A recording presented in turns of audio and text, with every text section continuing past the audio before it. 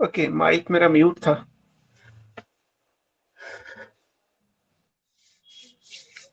Good evening. Good evening sir. Good evening. सो photosynthesis और continuation में चलते हैं। कल आपने वैन नील के एक्सपेरिमेंट तक कर लिया था। This was the last page. और रूबन एंड कामन ने उसको कंफर्म भी कर दिया कि रेडियो आइसोटोप, अगर ऑक्सीजन O18 का यूज किया जाए, O18 is the radio isotope, तो ये कंफर्म हो जाएगा कि जो भी ऑक्सीजन रिलीज होती है that comes from the splitting of water. So for that Ruben and Kamen का एक्सपेरिमेंट हमने पढ़ा। अब इसके आगे नेक्स्ट एक्सपेरिमेंट पे चलते हैं। और क्या क्या हमें फोटोसिंथेसिस से जो फाइनल इक्वेशन हमने सबसे पहले लिखा था ये ऑलरेडी पता चल ही चुका है। कार्बन डाइऑक्साइड से ऑक्सीजन बनेगा, ये जोसेफ प्रिस्ले का रोल था। लाइट की प्रेजेंस में ये काम होगा, आइंगनहॉस ने प्रूव किया। शुगर की सिंथेसिस होगी जब प्लांट ग्रो करते हैं by the green part of the plant, ये जेवी सैक के कंक्लूजन में था। और एंगलमैन ने एक स्पेक्ट्रम ड्रॉ कर दिया और ये बोला कि फोटोसिंथेसिस के रेट का मतलब है ऑक्सीजन का रिलीज होना और रेड लाइट में maximum followed by blue, no in green. Van Niel ने यह प्रूव किया कि ऑक्सीजन जो रिलीज हो रही है वो वाटर की स्प्लिटिंग से आ रही है, और रूबन एंड कमन ने इनकी फाइंडिंग्स को कंफर्म कर दिया using the radio isotope of oxygen O18। सो यहां तक हमारे पास ये फाइनल इक्वेशन आ गई। और भी साइंटिस्ट हैं इस फाइनल इक्वेशन तक लाने में, लेकिन फिर भी हम मान लेते हैं कि जो भी बेसिक रिक्वायरमेंट थी वो सारी यहाँ से पूरी हो गई। सर, अब जो हाँ बोलो। ये जो था कि फोटोलिसिस ऑफ वाटर से ऑक्सीजन निकलती है, इसमें अगर ये पूछा है कि किसने प्रूव किया था तो फिर क्या बताना है? वो वैन नील ही आएगा आंसर। मैंने कल आपको बोला था जब तक ये ना कहा जाए कि using O18, using radio isotope, तब तक आपको वैन नील ही आंसर करना है। अगर वैन नील ना दिया हो ऑप्शन में तो फिर रूबन एंड कॉमन दिया होगा, बिकॉज उसके अलावा कोई और ऑप्शन नहीं होगा, ओके सर। है ना। O18 दिया हो तो रूबन एंड कॉमन, या वैन नील ना दिया हो तो रूबन एंड कॉमन, नहीं तो फिर वैन नील आंसर होगा एज यूजुअल। ठीक है। सो अब हम नेक्स्ट पे चलते हैं। लाइक और क्या क्या साइंटिस्ट ने प्रूव किया और कैसे किया। अब जितने भी डिस्कवरीज अभी हम थोड़ी बहुत पढ़ेंगे, वो बेसिकली जो डिस्कवरीज आती हैं वो इस बेस पे आती हैं कि फोटोसिंथेसिस की जब आप डिटेल मैकेनिज्म पे जाएंगे तो उस डिटेल मैकेनिज्म के अंदर क्या क्या इंपॉर्टेंट है, उसमें कौन कौन से प्रोसेस होते हैं, वो अलग अलग साइंटिस्ट ने अलग अलग तरीके से उनको कंक्लूड किया हुआ है। तो वो सब हमें बेसिकली यहाँ पे पढ़ना है। तो उसमें जो पहला नाम आएगा वो ब्लैकमैन का आ सकता है। ब्लैकमैन को आप आगे भी पढ़ोगे, ब्लैकमैन्स रिएक्शन, या उसमें डार्क रिएक्शन की फॉर्म में दिया होगा, है ना। ब्लैकमैन रिएक्शन को हम डार्क रिएक्शंस भी कहते हैं। फोटोसिंथेसिस में दो रिएक्शन होती हैं, लाइट रिएक्शन, डार्क रिएक्शन, ये तो पढ़ा होगा। दो फेज में फोटोसिंथेसिस होती है। कुछ ऐसी रिएक्शंस हैं जो लाइट की प्रेजेंस में होती हैं, कुछ ऐसी हैं जो लाइट की प्रेजेंस में नहीं होती। हालांकि ऐसा भी नहीं है कि डार्क की प्रेजेंस उनके लिए जरूरी हो, उनके लिए सिर्फ ये इंपॉर्टेंट है कि 24 घंटे हो रही है, लाइट है तो ठीक है, नहीं है तो ठीक है। तो ब्लैकमैन का एक नाम आएगा, one by one as usual, उसी कंटिन्यूएशन में स्टडी करना है आपको, है ना। नेक्स्ट साइंटिस्ट का जो नाम आएगा वो ब्लैकमैन्स।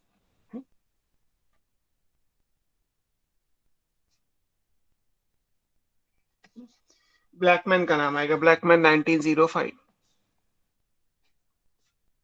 इनका कंट्रीब्यूशन है। इनके कंट्रीब्यूशन में दो चीजें इंपॉर्टेंट है ना। एक तो ये कि कुछ ऐसी रिएक्शंस है जो लाइट की प्रेजेंस पे डिपेंड नहीं है ना। They are light independent. Light independent का मतलब है ये भी नहीं कि लाइट इंडिपेंडेंट का कि डार्क डिपेंडेंट हो। एक्चुअली वो 24 घंटे होती है, लाइट है या नहीं है इस बात से कोई फर्क नहीं पड़ता।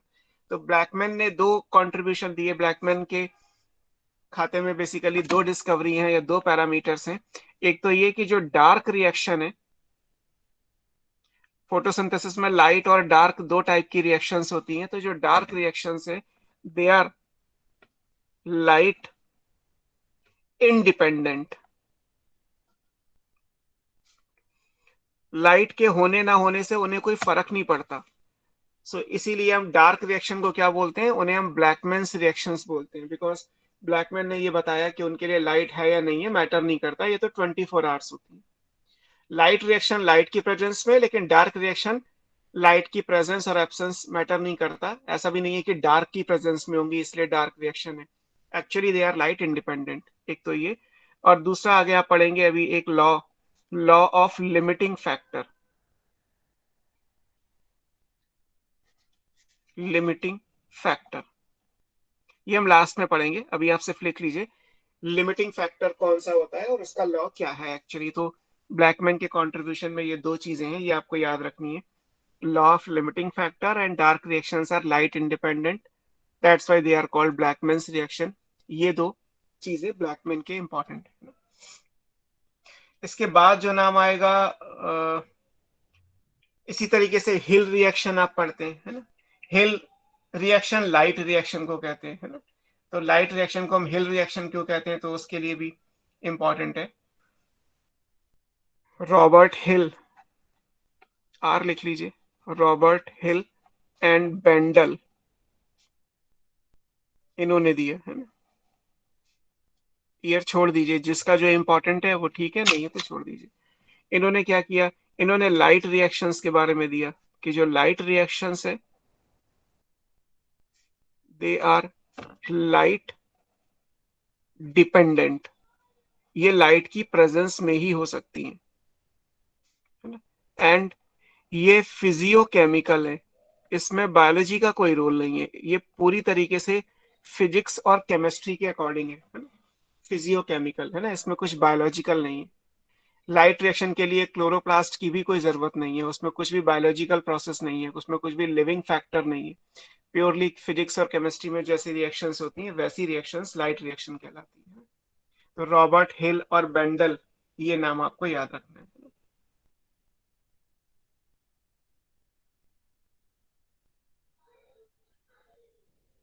ठीक है। सर फोटोसिंथेसिस भी तो फिजिको केमिकल रिएक्शन ही है ना। हाँ, उसमें फिजियोकेमिकल फोटोसिंथेसिस तो पूरा ही हो गया, बट अगर अलग अलग दिया जाए कि डार्क या लाइट, तो जो फिजिकोकेमिकल आप लिखते हैं वो बेसिकली लाइट रिएक्शंस के लिए लिखते हैं। Okay sir. जब आप अलग अलग ऑप्शंस दे रखे हो तो लाइट रिएक्शन को फिजियोकेमिकल रिएक्शंस आप बोलोगे, है ना। ये रॉबर्ट हिल और बेंडल ने एक एंजियोस्पर्मिक प्लांट है उस पर काम किया था और बताया था। फिर इस पूरी फिजियोकेमिकल रिएक्शन में जो फाइनल, फाइनल मतलब जो लास्ट आएगा, इलेक्ट्रॉन एक्सेप्टर होगा।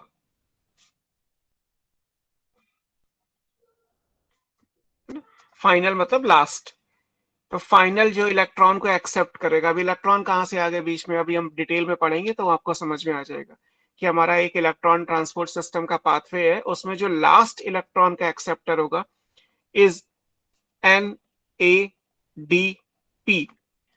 Which is called hill reagent. इनके नाम पे दे दिया गया, इसे क्या बोलते हैं, हिल रिएजेंट बोलते हैं। कि जो NADP है वो फाइनली या लास्ट में इलेक्ट्रॉन को एक्सेप्ट करेगा, that's why it is called hill reagent, क्योंकि रॉबर्ट हिल ने ये बताया। तो इलेक्ट्रॉन का फाइनल एक्सेप्टर कौन है, तो जो भी फाइनल या लास्ट एक्सेप्टर प्लांट सिस्टम में होगा दैट इज NADP, और ये हिल रिएजेंट कहलाता है। तो दो चीजें आपको रॉबर्ट हिल और बेंडल के एक्सपेरिमेंट में याद रखनी है। फिर नेक्स्ट पे चलते हैं। नेक्स्ट जो नेम आएगा वो है वार्गबर्ग का, इंपॉर्टेंट है, नीट में भी क्वेश्चन आ चुका है ना। वारबर्ग, वारबर्ग ने बेसिकली तीन चीजें कंक्लूड की अपने experiments while working on chlorella, है ना। He worked on chlorella. Chlorella कहीं पढ़ा है आपने, chlorella green algae. Green alga है ना। ये कैसा ग्रीन एल्गा है, क्या खास बात है। यूनिसेलुलर है वो। यूनि, हाँ, it's an unicellular green alga, है ना, सिंगल सेल का है।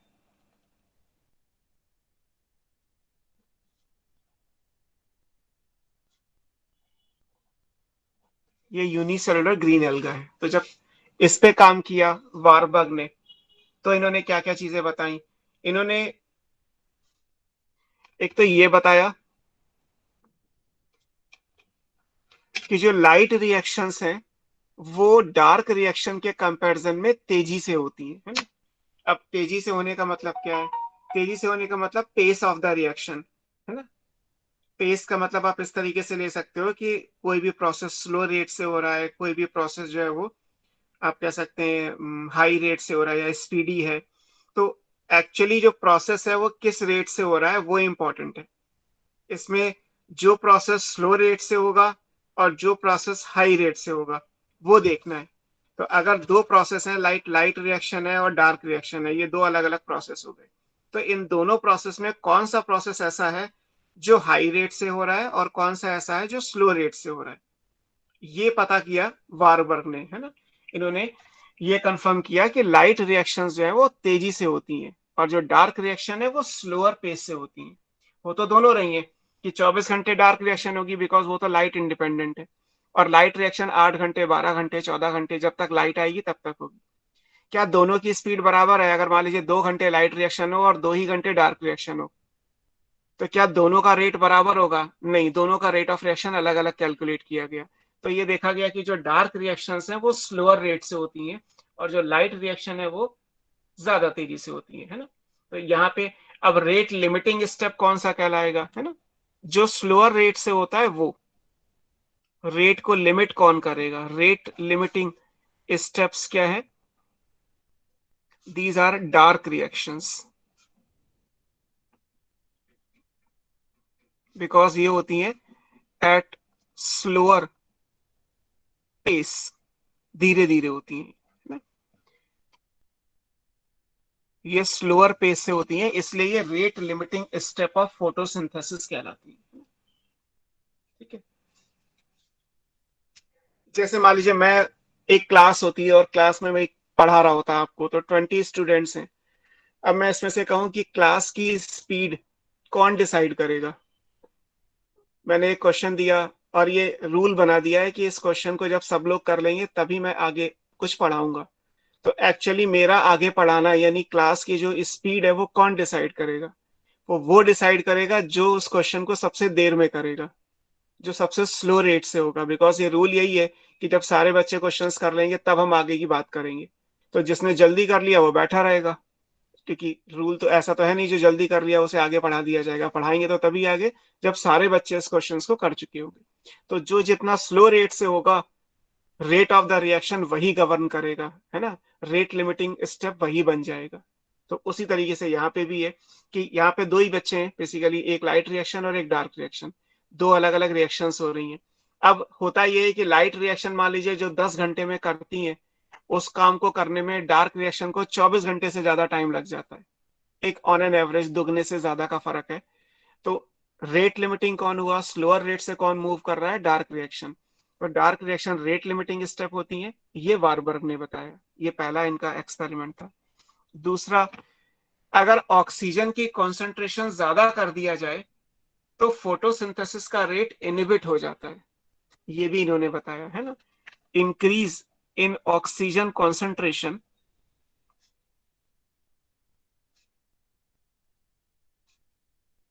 Decreases photosynthetic rate. फोटोसिंथेसिस का रेट कम हो जाएगा।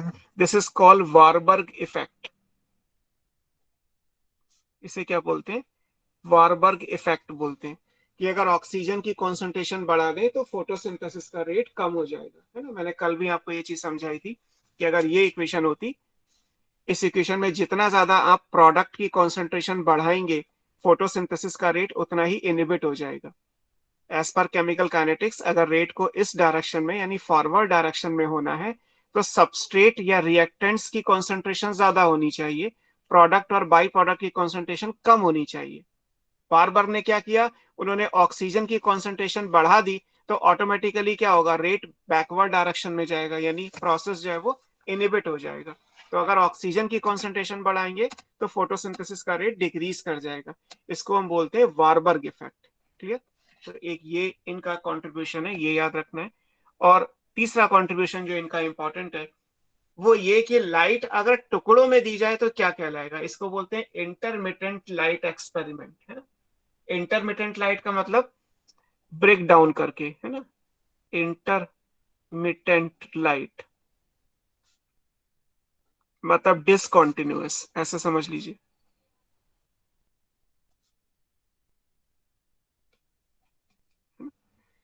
इंटरमिटेंट लाइट एक्सपेरिमेंट कहलाते हैं। अब इंटरमिटेंट लाइट एक्सपेरिमेंट का मतलब क्या है, हमें ये पता है कि फोटोसिंथेसिस लाइट की प्रेजेंस में होती है। तो 2 घंटे की लाइट अगर दी जाए और फिर 2 घंटे की लाइट और दे दी जाए तो 4 घंटे की लाइट हो गई। 4 घंटे की लाइट में फोटोसिंथेसिस का रेट कुछ ना कुछ निकल के आ जाएगा।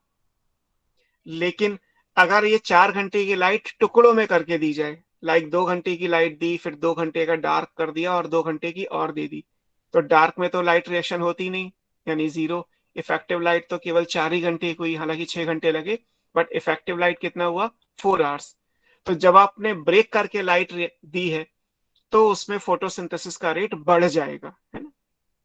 जैसे मान लीजिए आपको क्लास, मान लीजिए अगर आपसे कहा जाए कि 4 घंटे बॉटनी पढ़नी है, तो 4 घंटे बॉटनी एक साथ पढ़ने में ज्यादा समझ में आएगा या एक एक घंटे के 4 स्लॉट बना दूं और बीच बीच में आधे आधे घंटे का गैप दे दूं। तभी क्लास तो 4 घंटे ही हुई, लेकिन एक्चुअली टाइम कितना लग गया, टाइम लग गया आपको लगभग 3.5 घंटे, 5.5 घंटे, बिकॉज आधे आधे घंटे का आपने बीच बीच में गैप दे दिया है। तो इफेक्टिव आपकी नेस कहाँ आएगी, इफेक्टिवनेस कहाँ आएगा, जहां पे टुकड़ों में करके आपने पढ़ाई की। क्योंकि मैंने पढ़ाया तो उसको समझने के लिए आपको मैंने आधा घंटा दे दिया कि 1 घंटे पढ़ा दिया, आधे घंटे अपने आप पढ़ो, फिर 1 घंटे पढ़ा दूंगा, फिर आधे घंटे अपने आप पढ़ो। ऐसे करके अगर पढ़ाऊंगा तो आपकी जो इफेक्टिवनेस है वो इम्प्रूव कर जाएगी, आपकी जो प्रोडक्टिविटी है वो ज्यादा आएगी, रादर देन कि मैं 4 घंटे एक साथ आपको पढ़ा दूं। तो बार्बर ने क्या किया, उन्होंने टुकड़ों में लाइट दी।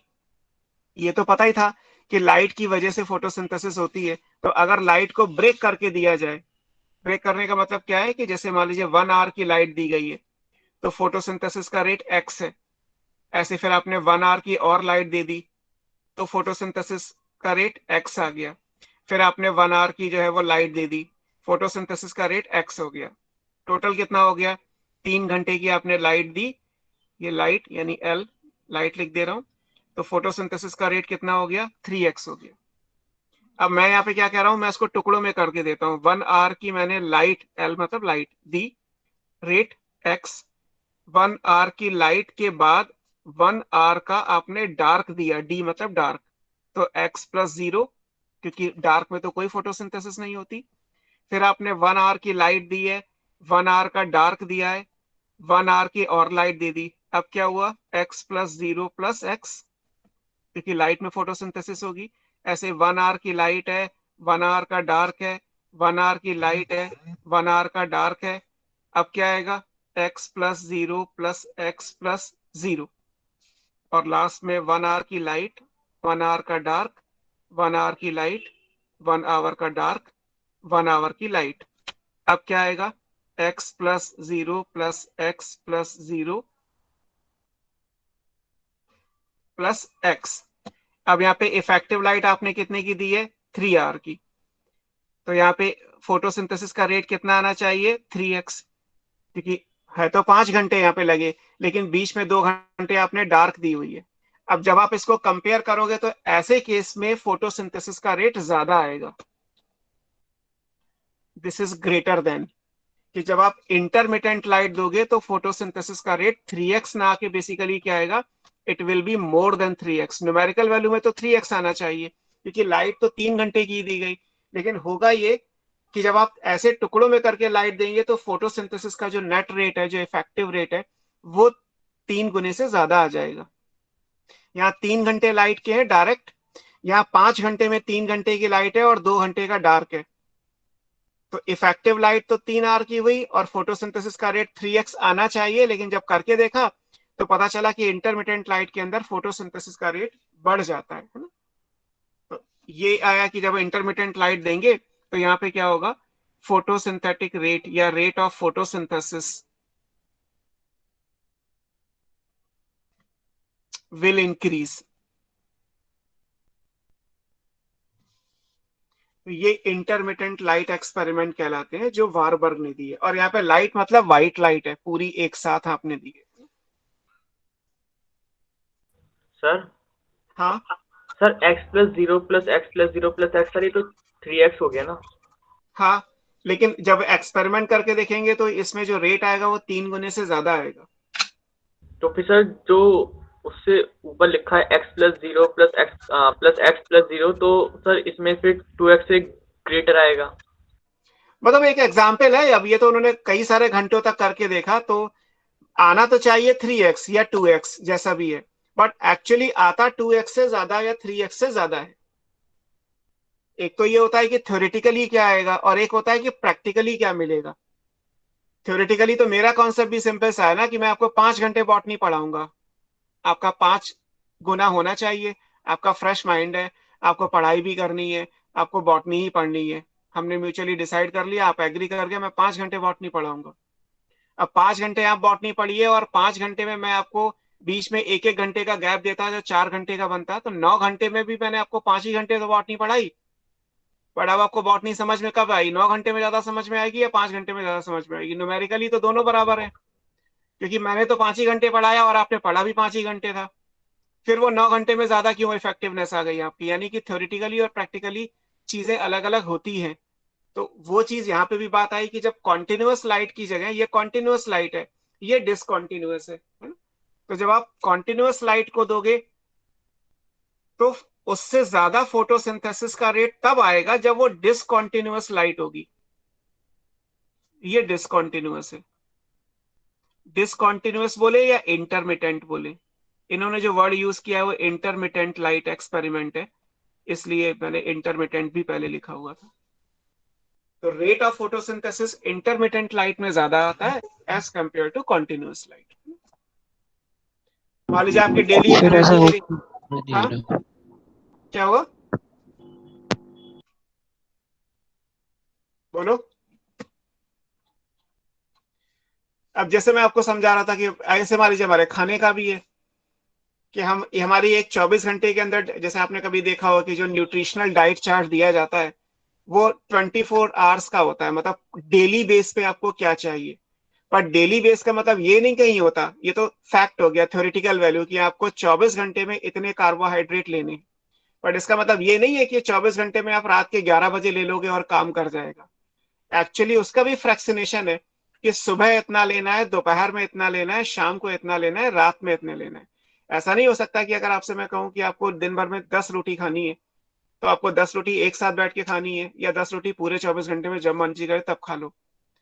तो इफेक्टिवनेस कहाँ पे आएगा? जब आपके पास चॉइस होगी कि आप सुबह शाम और रात में डिवाइड करके 10 चपातीज के equivalent energy low, rather than कि एट ए टाइम आपको 10 चपाती की इक्विवेलेंट एनर्जी दे दी जाए। क्योंकि ना तो आप खा सकते हो, प्रैक्टिकली खा ही नहीं सकते, बट मैथमेटिकली एक ही बात आएगी। मैथमेटिक्स तो ये कहती है कि डेली बेस पे कितना कार्बोहाइड्रेट लिया, पर ये नहीं कहा जाता कि सुबह कितना लिया, शाम को कितना लिया, रात को कितना लिया, है ना?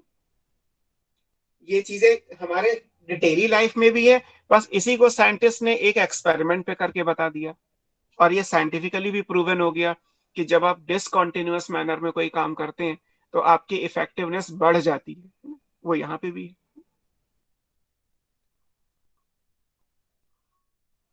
हर जगह होता है ये फैक्ट, तो ये तो वारबर्ग ने तो केवल प्लांट पे किया है। आप कभी मेट्रो स्टेशन पे भी जाओ, आपको लंबी सीढ़ियां चढ़नी हो, तो वो क्या करते हैं, थोड़ी सी सीढ़ियां बनाते हैं, फिर एक फ्लैट सरफेस दे देते हैं। फिर थोड़ी सी सीढ़ियां बनाएंगे स्टेयर्स, फिर एक फ्लैट सरफेस आ जाएगी। चाहते तो वो सीधी सीढ़ियां बना सकते थे, नीचे से खड़े होकर ऊपर देखोगे कि यार 4 मंजिला जाना है, नॉन स्टॉप सीढ़ियां हैं, जाने ही जाने शुरू बंद कर देंगे लोग। क्या करते हैं, एक मंजिला सीढ़ी चढ़ ली आपने, फर्स्ट फ्लोर, फ्लैट सरफेस आ गई, थोड़ा पैदल चल लिए, फिर स्टेयर शुरू हो गई, फिर पैदल चल लिए, है ना, जिग जैग ऐसे बनाते हैं। बिकॉज यही फैक्ट है, प्रैक्टिकली यही है। जबकि आप नंबर ऑफ स्टेयर्स काउंट करेंगे तो मैथमेटिकली चाहे सीधी बने या ब्रेक करके बने, एक ही बात आएगी। सो वारबर्ग के ये तीनों चीजें काफी पूछी जाती हैं। वारबर्ग में वारबर्ग इफेक्ट क्या है, ये भी नीट में क्वेश्चन है। और intermittent light experiment on chlorella किसने दिए थे, ये भी आंसर नीट में पूछा गया। तो वारबर्ग के एक्सपेरिमेंट है, और इससे कंक्लूड ये हुआ कि rate of photosynthesis will be higher in intermittent light as compare to continuous light. Next scientist पे चलते हैं। वारबर्ग के बाद अगला नंबर किसका है?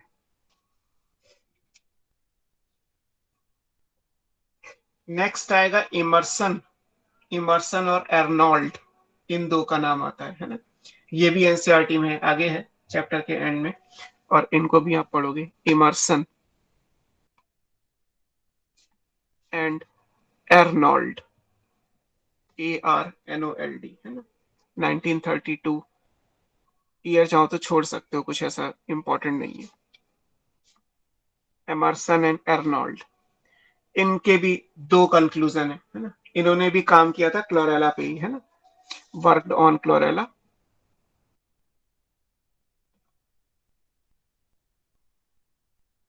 फोटोसिंथेसिस का मैक्सिमम वर्क क्लोरेला पे ही किया गया है। बस मतलब आपको याद ये रखना है कि अच्छा ठीक है, ऑलमोस्ट हर जगह क्लोरेला है, लेकिन आपने TW एंगलमैन के एक्सपेरिमेंट में क्लेडोफोरा या स्पाइरोगैरा लिखा हुआ है ना। और प्रिस्टले के एक्सपेरिमेंट में मिंट प्लांट लिया गया था। बाकी जगह पे नाम नहीं दिया हुआ है, और अगर कहीं पे एल्गी है मैकेनिज्म में जो आप पढ़ रहे हो, उनमें मोस्टली हर जगह क्लोरेला पे ही वर्क किया गया है। सो एमर्सन एंड एर्नोल्ड ने क्या दिया, इन्होंने एक्चुअली क्लोरेला पे काम करके क्या दिया, he suggested concept of two photo system, concept of two photo system, photo मतलब लाइट, सिस्टम मतलब यूनिट, PS लिखा जाता है। तो दो फोटो सिस्टम्स होते हैं, कौन कौन से होते हैं, एक कहलाता है PS2, रोमन में लिखा जाता है, और एक होता है PS1, PS2 PS1, है ना। आगे अगर आपने ये चैप्टर पहले से थोड़ा बहुत देखा हुआ है पलट के, तो उसमें PS1 PS2 आपको मिलेगा। तो ये दो फोटो सिस्टम का कॉन्सेप्ट है। दोनों फोटो सिस्टम लाइट रिएक्शन में ही होते हैं, in light reaction of photosynthesis. तो लाइट रिएक्शंस में भी दो फोटो सिस्टम होते हैं, PS1 PS2। ये कॉन्सेप्ट जो है वो एमर्सन एंड एर्नोल्ड ने दिया। अब ये कैसे दिया इन्होंने, उस चीज को आप समझिए। मैंने आपको कल स्पेक्ट्रम शायद समझाया था थोड़ा बहुत, वर्बली बना के नहीं दिखाया था, अभी आपको बना के दिखाता हूँ। क्या है, मतलब जितना मुझे चाहिए उतना ही बना रहे हैं हम। लाइक ये स्पेक्ट्रम है, ये यहां से यहां तक जो है वो विजिबल लाइट है, विजिबल मतलब व्हाइट लाइट। ये 400 से 700 नैनोमीटर तक है, एक्चुअली 703 है, बट बहुत सारी बुक्स में एक राउंड फिगर करने के लिए 703 नैनोमीटर की जगह 700 तक दे दिया गया। इसमें बीच में ग्रीन आएगा, ग्रीन आता है 500 से 600, तो हमने ये वेवलेंथ लिखा हुआ है ना। अब ये विजिबल लाइट है, विजिबल लाइट में यहाँ पे क्या आएगा, यहाँ आएगा वायलेट, यहाँ पे इंडिगो, यहाँ पे ब्लू, यहाँ पे ग्रीन, फिर यहाँ पे येलो, ऑरेंज, रेड, है ना। ये पूरा ग्रीन है यहाँ से यहाँ तक। तो एक ये ब्लू रीजन कहलाता है,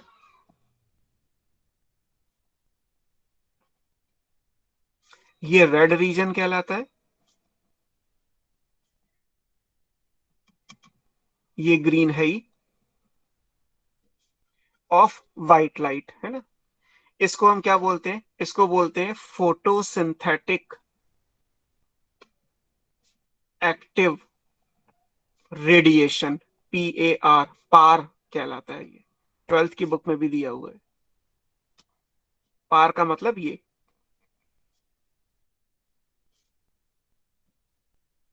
जिसमें इफेक्टिवली फोटोसिंथेसिस होती है। इससे पहले जाओगे तो इससे पहले यहाँ पे क्या आएगा, इससे पहले यहाँ पे आता है अल्ट्रावायलेट, UV, जिसमें कोई फोटोसिंथेसिस नहीं होती। और इसके बाद अगर आप जाएंगे तो इसके बाद एग्जैक्टली यहाँ पे क्या आएगा, यहाँ पे फार रेड आएगा, रेड के बाद क्या आता है, FR आता है, फार रेड। और उसके बाद यहाँ पे कहीं आता है इंफ्रारेड, IR। और ऐसे आप बनाते जाओगे तो इधर आपकी वो, इधर आएंगे आपके माइक्रोवेव और कॉस्मिक रेज और ये सब, उधर अल्फा बीटा गामा बाकी सब। तो ये पूरा इलेक्ट्रोमैग्नेटिक स्पेक्ट्रम खिंच के चला आएगा। हमारे काम का क्या है, केवल इतना जितना ब्लू में बना है, विजिबल लाइट, व्हाइट लाइट। अब होता क्या है, एज पर फिजिक्स अगर आप चले, एज पर फिजिक्स अगर इलेक्ट्रोमैग्नेटिक स्पेक्ट्रम की बात करें, तो फार रेड रीजन कहां से शुरू होता है, 703 नैनोमीटर के बाद। ये जो वैल्यूज लिखी गई है that is lambda, lambda in nanometer, है ना। ये जो मैंने लिखा हुआ है ये बेसिकली क्या है, यहाँ पे ये लैम्डा है, आप एनएम लिख लीजिए तो आपको समझ में आ जाएगा, नैनोमीटर सबकी वेवलेंथ है।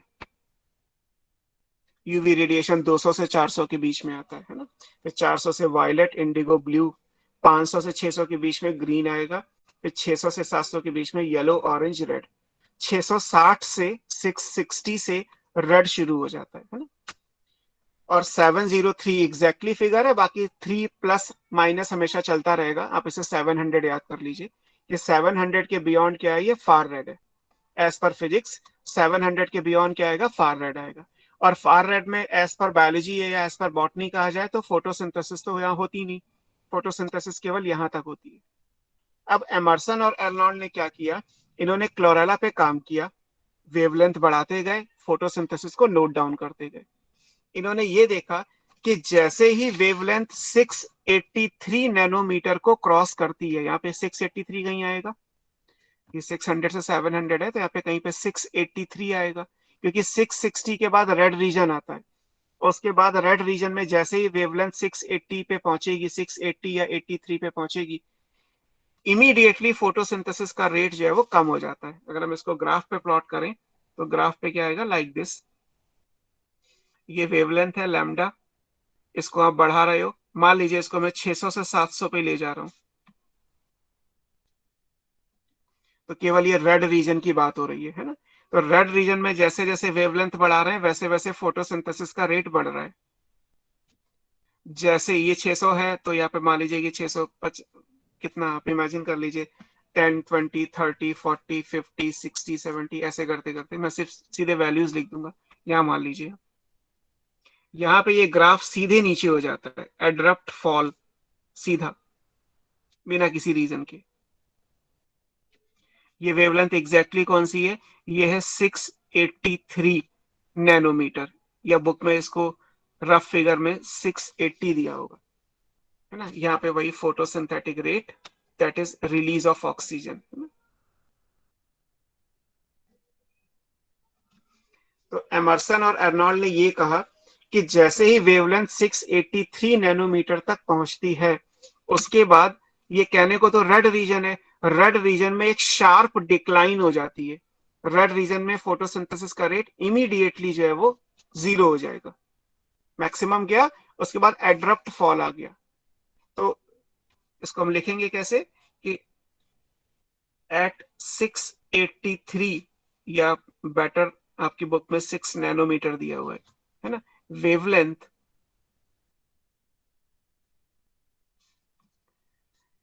there is a sharp decline in photosynthetic rate।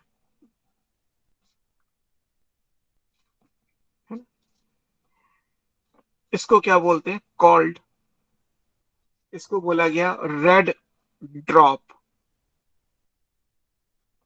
Because ये रेड रीजन ऑफ लाइट में हुआ।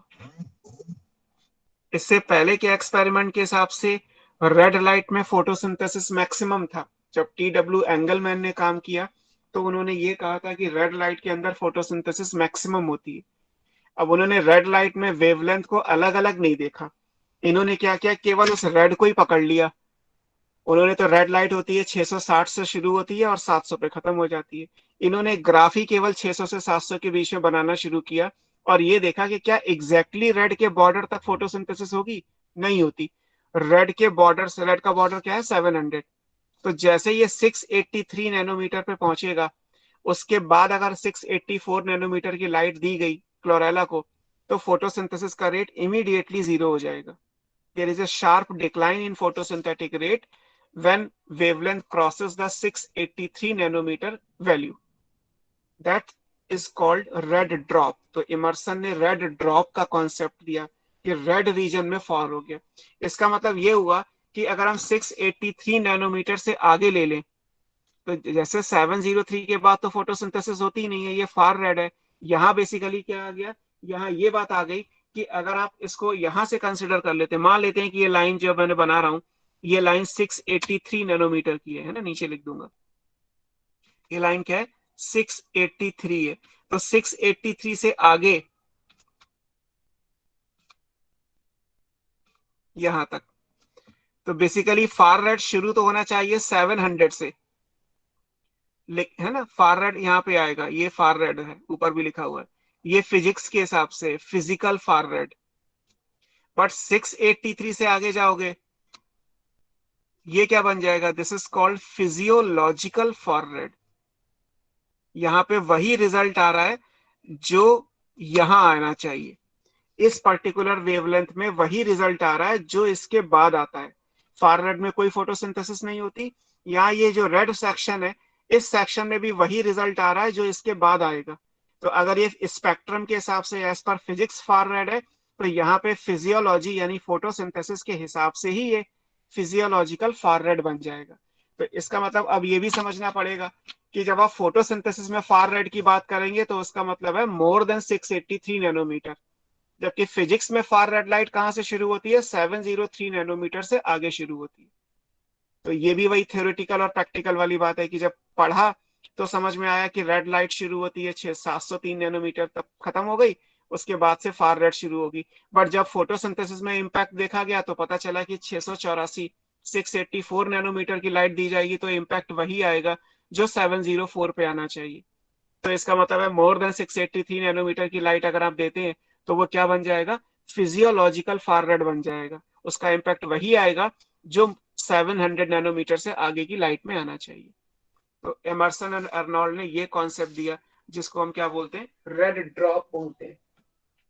ठीक, अब इसके आगे चलते हैं, क्लियर। नेक्स्ट पेज पे चलते हैं, क्या है,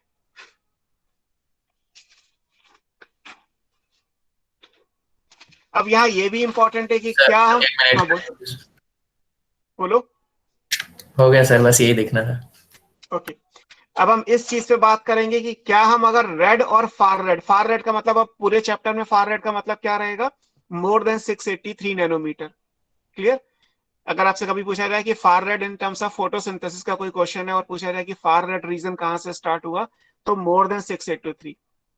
और अगर वैसे कभी फिजिक्स में आप फार रेड लाइट पढ़ो तो उसका मतलब 700 नैनोमीटर के बाद, क्योंकि ये रेड रीजन यहां तक आता है विवग्योर, जो प्रिज्म से मोनोक्रोमेटिक बनाओगे तो 700 तक रेड आएगा, 703 या 700 तक आएगा। But in terms of botany, in terms of photosynthesis, far red का मतलब क्या बन जाएगा, 683 से आगे का सारा कुछ। तो अब इन्होंने ये भी देखा कि अगर हम रेड और फार रेड का कॉम्बिनेशन दे दें तो क्या होगा, क्योंकि रेड रीजन तक फोटोसिंथेसिस होगी, रेड रीजन का मतलब है 683, है ना। अब नेक्स्ट पेज पे आप क्या लिखेंगे, नेक्स्ट पेज पे अगर हम लिखा जाए कि इन टर्म्स ऑफ बॉटनी अगर मैं बात करूं तो हमारा कंक्लूजन इस चीज से क्या आया, हमारा कंक्लूजन ये आया कि 400 से अगर हम 683 नैनोमीटर तक जाते हैं तो इसमें फोटोसिंथेसिस होगी, फोटोसिंथेसिस विल अकर, है ना। और अगर आप मोर देन 683 नैनोमीटर पे चले जाओगे तो इसका मतलब क्या है कि फोटोसिंथेसिस विल नॉट अकर,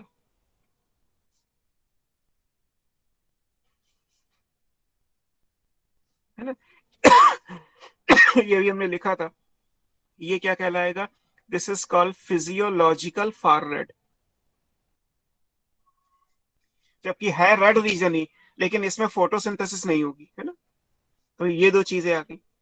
अब किया क्या एमर्सन और अर्नोल्ड ने, आगे क्या किया, इन्होंने एक और नाम दिया, उसको बोलते हैं एनहांसमेंट इफेक्ट, एमर्सन्स एनहांसमेंट, बढ़ेगा कैसे इफेक्ट। सर ये फिजियोलॉजिकल फार रेट में जो वो था फिजिकल फार रेट, वो भी इंक्लूड तो हो रहा है ना। हाँ, बट वो 703 से आगे ही आएगा, और ये यस जो सर, ओके। 20 नैनोमीटर का जो डिफरेंस है वो है तो रेड, एज पर फिजिक्स वो रेड माना जाएगा, बट एज पर फोटोसिंथेसिस या एज पर बायोलॉजी बात करें तो वो फार रेड के बराबर ही है, वो फार रेड ही कंसिडर किया जाता है। Yes sir, okay.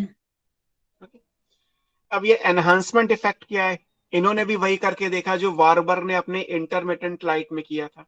वारबर्ग का जो इंटरमिटेंट लाइट एक्सपेरिमेंट था वो था कि कॉन्टिन्यूअस और इंटरमिटेंट यानी डिसकॉन्टिन्यूअस को अलग अलग करके दें, तो डिसकंटिन्यूअस यानी इंटरमिटेंट लाइट में फोटोसिंथेसिस का रेट ज्यादा आया प्रैक्टिकली। ऐसे ही इन्होंने क्या किया, रेड और फार रेड का कॉम्बिनेशन बना दिया, और जब ये करके देखा तो यहाँ पे भी जो है वो फोटोसिंथेसिस का रेट बढ़ गया।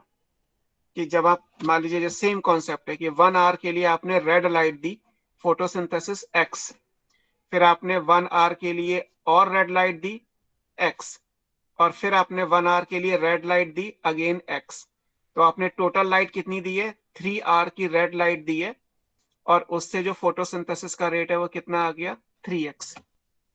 अब यहां पे भी क्या किया गया कि 1 आवर की रेड लाइट दी, फोटोसिंथेसिस का रेट x, 1 आवर की रेड के बाद 1 आवर का फार रेड लाइट दिया गया, फार रेड मतलब मोर देन 683, तो फोटोसिंथेसिस का रेट x प्लस 0, क्योंकि फार रेड में कोई फोटोसिंथेसिस नहीं होती, फार रेड में एक शार्प डिक्लाइन है फोटोसिंथेसिस के रेट में, जो रेड ड्रॉप कहलाता है, और इन्होंने ही पूरा किया, इन्होंने ही उसको कंप्लीट किया था। अब फिर वही है, एक फार रेड के बाद फिर जो है वो 1 आवर का जो है वो रेड दे दिया गया, इसका मतलब x प्लस 0 प्लस एक्स होगा। ऐसे यहां पे भी 1 आवर, 1 FR, 1 आवर, 1 FR, तो फिर ये वही आएगा x plus 0 plus X plus 0। और अगर इसे बढ़ा के दिया जाए 1 hour, 1 FR, 1 hour plus 1 FR plus 1 hour, तो ये क्या आना चाहिए, x plus 0 plus X plus 0 plus X. अब जब फोटोसिंथेसिस का रेट यहां निकालोगे तो यहां पे भी वही इफेक्टिव लाइट कितनी हुई, 3 आवर की रेड दी गई है, जिसके बीच में 2 आवर का फार रेड दिया गया, तो फोटोसिंथेसिस का रेट कितना आना चाहिए, 3x प्लस 0 होना चाहिए। बट यहाँ पे भी ये देखा गया कि ये बढ़ गया, दिस विल बी हायर, कि जब आप रेड और फार रेड लाइट का कॉम्बिनेशन दोगे प्लांट को तो फोटोसिंथेसिस का रेट बढ़ जाएगा, ऐसा, इसीलिए इसको एनहांसमेंट नाम दिया गया।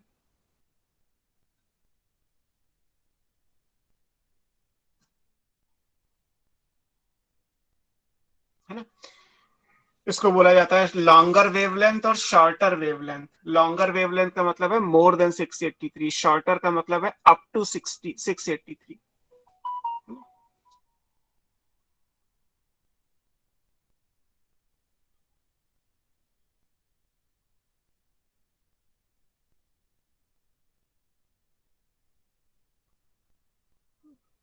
सर मतलब यहाँ पे भी 3x से ज्यादा आएगा?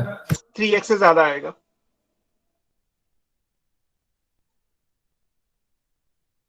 Okay sir. ठीक है, तो ये एमर्सन और एर्नॉल्ड के एक्सपेरिमेंट थे, उन्होंने ये कंप्लीट किया है ना। इसके बाद 2 नाम और आएंगे, वो दोनों हालांकि एनसीईआरटी में आगे भी प्रॉपर डिटेल में आएंगे, बट फिर भी पेज है, जगह खाली है, उन दोनों का भी यही पूरा कर लेते हैं। एक नाम आएगा मेल्विन कैल्विन का, है ना, जिनके बारे में आपको इस पूरी यूनिट के स्टार्ट होने में दिया, जहां से plant physiology transport in plant start हुआ, उससे पहले मेल्विन कैल्विन के बारे में नाम दिया है, एम कैल्विन। और नोबेल लॉरेट हैं, इनके साथ नाम बेंशन, इन दोनों का नाम दिया है 1954।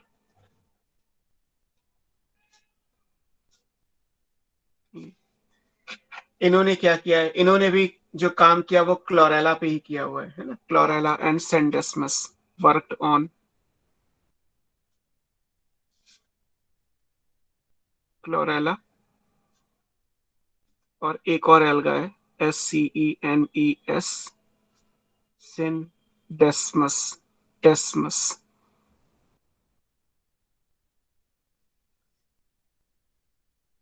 SCNES नहीं, सिंडेस्मस, क्लोरेला और सिंडेस्मस पे काम किया था इन्होंने, यूजिंग C14 कार्बन का रेडियो आइसोटोप है, C14 radio isotope, and tracer technique. Tracer technique मैंने आपको ट्रेस एलिमेंट के नाम पे पढ़ाया था, जब आपको मिनरल न्यूट्रिशन में ट्रेसर टेक्निक पढ़ाया था तब नाम आया था।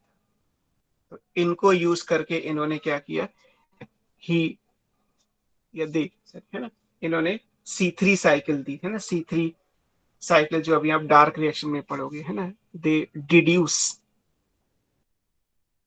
द बायोकेमिकल पाथवे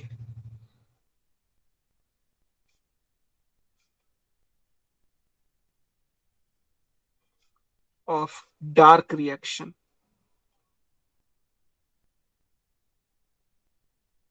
इसको आगे बोलते हैं C3 साइकिल या केल्विन साइकिल। आगे आप केल्विन साइकिल पढ़ोगे डार्क रिएक्शन में। तो केल्विन साइकिल का जो पूरा पाथवे है उसको पता करने के लिए इन्होंने C14 रेडियो आइसोटोप और ट्रेसर टेक्निक को यूज किया, वर्क किया क्लोरेला और सिंडेस्मस पे। नोबेल लॉरेट है, नोबेल प्राइज विनर है। इन्हें 1960 में केमिस्ट्री में नोबेल प्राइज दिया गया for the cause of discovery of C3 cycle और डार्क रिएक्शन पाथवे। इनका नाम भी याद रखिए, मेल्विन केल्विन। और एक आपको C4 साइकिल भी आगे पढ़नी है। C3 में 3 का मतलब क्या है? C फॉर कार्बन, 3 मतलब 3 कार्बन का कंपाउंड है। ऐसे C4 है तो 4 कार्बन का कंपाउंड है, C5 है तो 5 कार्बन का है, C2 है तो फिर 2 कार्बन का कंपाउंड है। तो 2 3 4 5 this the number of and C carbon atom. तो ये कई बार आएगा इसलिए मैंने अभी आपको समझाया है ना। एक आगे आप नाम पढ़ेंगे हैच एंड स्लैक, इनका नाम आएगा हैच एंड स्लैक 1967। ये भी आपको पढ़ना है ना। Worked on sugar cane.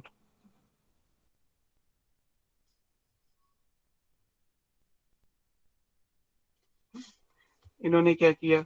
Another pathway उसे बोलते हैं C4 साइकिल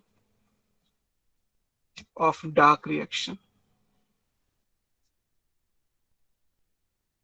डार्क रिएक्शन अलग अलग तरीके से होती है, कुछ प्लांट में C3 है, कुछ प्लांट में C4 है, कुछ प्लांट के अंदर एक और नाम आएगा कैम पाथवे, जब आएगा तब देखेंगे। फिलहाल आप ये दोनों डिस्कवरी याद रखिए। C3 और C4 साइकिल दोनों डार्क रिएक्शन की आगे हमें पढ़नी है। यहाँ 4 कार्बन का कंपाउंड होगा तो C4, यहाँ पे 3 कार्बन का कंपाउंड होगा तो C3, इस तरीके से।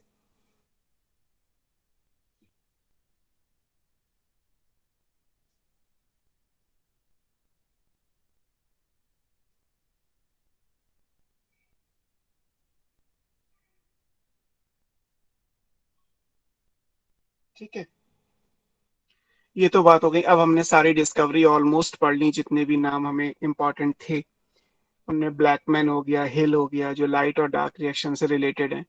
फिर आपने वारबर्ग इफेक्ट पढ़ा, फिर आपने एमर्सन एनहांसमेंट इफेक्ट या रेड ड्रॉप पढ़ा, केल्विन और हैचनस्लैक, इनके नाम भी आपने पढ़े C3 C4 साइकिल के लिए।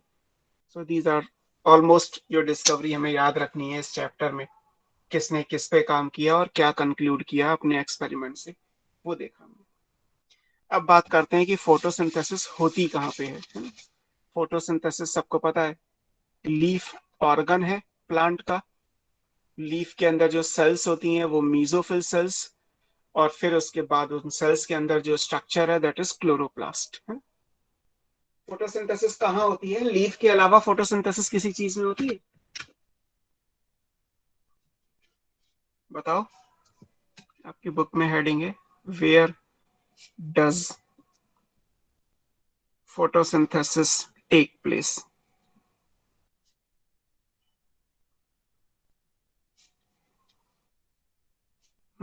किसी को पता है फोटोसिंथेसिस लीफ के अलावा कहीं और होती है क्या? सर जैसे कैक्टस वगैरह है तो उसमें तो स्टेमी मॉडिफाइड होती है। बिल्कुल, तो मतलब आंसर आपका यस आना चाहिए। आपको मैंने ही पढ़ाया मॉर्फोलॉजी में, फोटोसिंथेटिक रूट भी पढ़ाया था, है ना। फोटोसिंथेटिक रूट का एग्जांपल बताओ, याद है किसी को? भूल गए? हम्म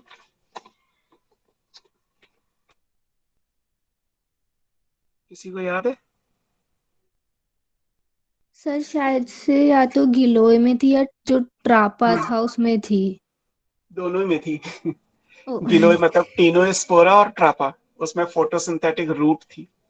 फिर आपको फोटोसिंथेटिक स्टेम बताया था, उसमें तो आपने बोल ही दिया कैक्टस या फाइलोक्लैड, है ना। और इवन क्लैडोड भी था उसमें। फिर फोटोसिंथेसिस लीफ तो करती ही है, और इन तीनों के अलावा किसी में फोटोसिंथेसिस होती है? राइट टाइम पे हर चीज याद होनी चाहिए, तभी उसका मतलब है कि आप कॉम्पिटिटिव सिनेरियो में किसी भी चीज को पढ़ पा रहे हैं। नहीं तो बोर्ड के हिसाब से तो जिस चैप्टर का जो टॉपिक है वो पढ़ाया जाता है। कंपटीशन में तो सारे टॉपिक आपको एक ही साथ याद होने चाहिए। आपने फ्लावर में पढ़ा था फोटोसिंथेसिस कहीं?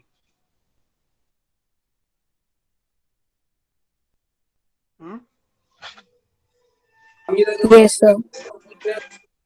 फ्लावर में कहा था? कैलिक्स में था। सेपल ग्रीन कलर के होते हैं, उनका मेन फंक्शन फोटोसिंथेसिस था। फिर आपने पेटल में भी लिखा था कि अगर वो ग्रीन कलर के हुए तो वो सेपेलॉइड कहलाएंगे, और ग्रीन कलर के होंगे तो फोटोसिंथेसिस करेंगे। स्टेमन फोटोसिंथेसिस नहीं करता, कार्पेल नहीं करता, फ्रूट नहीं करते, सीड नहीं करते। तो मैंने आपको जहां जहां फोटोसिंथेसिस पढ़ाई वहां वहां सेम रिएक्शन होगी जो भी आप इस चैप्टर में पढ़ रहे हो। हालांकि मोस्ट ऑफ द केस में फोटोसिंथेसिस कहाँ होती है? लीफ, है ना। अगर कहा जाए कि फोटोसिंथेसिस कहाँ होती है तो ये होगा green part of the plant.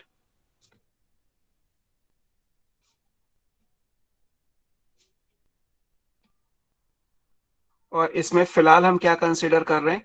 Leaves. अब लीफ की एनाटॉमी भी आपने पढ़ी हुई है। लीफ के अंदर फोटोसिंथेसिस कहाँ कहाँ होती है ये भी बताओ। ये भी पढ़ा चुका हूं मैं एनाटॉमी आपको,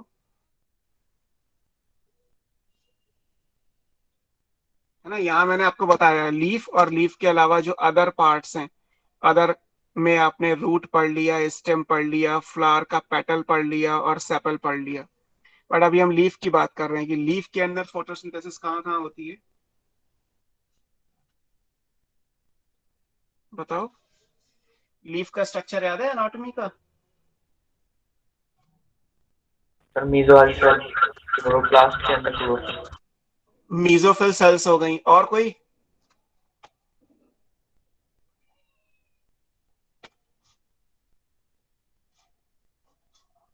मीजोफिल सेल्स के अलावा नहीं होती फोटोसिंथेसिस कहीं?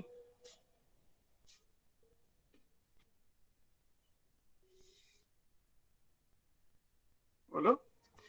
मीजोफिल के अलावा नहीं पढ़ा आपने? सर स्टोमेटा के गार्ड सेल्स गार्ड में। सेल में, हाँ। होने को गार्ड सेल में भी होती है। और आपको बंडल शीथ सेल्स भी पढ़ाई है ना?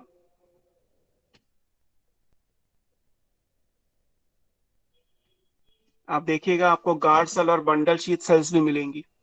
बंडल शीथ सेल्स जो जाइलम फ्लोएम के सराउंड में है, और गार्ड सेल्स जो स्टोमेटा में प्रेजेंट है। ये तीन सेल ऐसी हैं जहाँ पे फोटोसिंथेसिस होती है। अब इनमें भी, क्योंकि ये दोनों तो हैं ही, but main majority of the case में लीफ ले लिया हमने, और लीफ के अंदर जिन सेल्स के अंदर फोटोसिंथेसिस होती है वो कौन सी है? मीजोफिल सेल्स हैं। इन मीजोफिल सेल के अंदर फोटोसिंथेसिस कहाँ होगी? किसी भी सेल के अंदर फोटोसिंथेसिस कहाँ पे होती है? क्लोरोप्लास्ट। क्लोरोप्लास्ट में होती है। तो इनके अंदर क्लोरोप्लास्ट होगा। क्लोरोप्लास्ट का नंबर वेरिएबल होता है, नंबर डिपेंड करता है 1 to many पर सेल, क्योंकि अलग अलग प्लांट के अंदर क्लोरोप्लास्ट का नंबर अलग अलग होता है। तो क्लोरोप्लास्ट क्या कहलाते हैं? क्लोरोप्लास्ट कहलाते हैं photosynthetic apparatus. Kitchen of the cell कहते हैं। सेल बायोलॉजी के हिसाब से खाना बनाने का काम सेल में कौन करेगा? क्लोरोप्लास्ट करेंगे। और क्लोरोप्लास्ट कहाँ मिलेंगे? मोस्ट ऑफ द केस में मीजोफिल सेल, नहीं तो गार्ड सेल और बंडल शीथ सेल्स के अंदर भी होते हैं। और लीफ के अलावा भी अगर आपको और किसी जगह पे फोटोसिंथेसिस या क्लोरोप्लास्ट देखने हैं तो आप रूट, स्टेम और फ्लावर में सेपल, और रेयर केस में पेटल, इन ऑप्शंस पे भी जा सकते हैं। फिलहाल हम क्योंकि चैप्टर को जर्नलाइज करके पढ़ रहे हैं तो हमने मान लिया green part of the plant that is leaf. Leaf के अंदर जो सेल्स इन्वॉल्व है वो mesophyll cell in majority of the case. और मीजोफिल सेल के अंदर जो क्लोरोप्लास्ट का नंबर है वो अलग अलग होगा, किसी में 1 होता है, किसी में 50 से भी ज्यादा होते हैं एक ही सेल के अंदर। The number of chloroplasts is 1 to many, but chloroplast is called photosynthetic apparatus. Clear? एक तो ये। अब लीफ में मीजोफिल सेल को इमेजिन करो तो मीजोफिल सेल एक सेल तो सेल है, बॉल की जैसी दिखाई देगी आपको। उसमें वैक्यूल के चारों तरफ साइटोप्लाज्म होगा, उसमें क्लोरोप्लास्ट होंगे। तो जैसे जैसे लाइट गिरती है लीफ के ऊपर यानी मीजोफिल सेल तक पहुंचती है, वैसे वैसे क्लोरोप्लास्ट अपनी पोजीशन चेंज कर लेते हैं। जैसे मान लीजिए एक बड़े से बैलून के अंदर एक छोटा सा बैलून है, तो बड़े से बैलून को आप आगे पीछे घुमाओगे तो छोटे बैलून की पोजीशन भी आगे पीछे घूमती जाएगी। तो ऐसे यहाँ पे भी है कि अगर ये पेज पूरा एक सेल है और यहाँ क्लोरोप्लास्ट ये है, तो लाइट इधर आ रही है तो क्लोरोप्लास्ट ऐसे हो जाएंगे। जब सनलाइट ऊपर आएगी तो क्लोरोप्लास्ट सीधे हो जाएंगे। जब सनलाइट इधर से आएगी तो क्लोरोप्लास्ट ऐसे हो जाएंगे। तो क्लोरोप्लास्ट अपनी पोजीशन और अपना orientation according to light intensity बदलते रहते हैं। ये ऐसा इसलिए होता है ताकि मैक्सिमम सनलाइट जो है वो क्लोरोप्लास्ट पे आ सके, और क्लोरोप्लास्ट पे जितनी सनलाइट आएगी अकॉर्डिंगली वो लाइट रिएक्शन से फोटोसिंथेसिस कर पाएंगे। तो पहली चीज तो ये कि क्लोरोप्लास्ट में जो अलाइनमेंट है वो चेंज होता रहता है ना। Chloroplast align themselves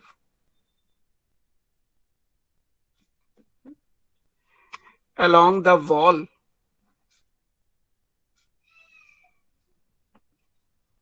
of mesophyll, along the wall of mesophills है? क्यों? So that they can optimally receive incident light, गिरने वाली, इंसिडेंट INCI सनलाइट।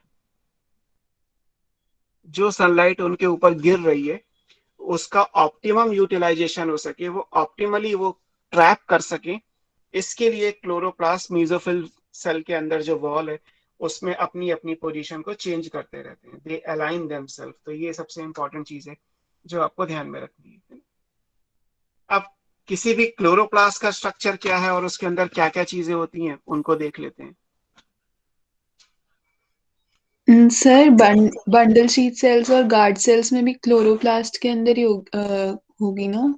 हाँ, और क्या। वो ओके तो सर। आपको सिर्फ याद दिलाने के लिए कि कंपटीशन के हिसाब से ये सब भी इंपॉर्टेंट है, और बोर्ड में तो सीधे सीधे जो इधर लिखा हुआ है वो आपकी बुक में है ही। Okay sir. वहां भी क्लोरोप्लास्ट अलाइन करते हैं, गार्ड सेल में भी यही काम होता है, बंडल शीट में भी यही काम होता है।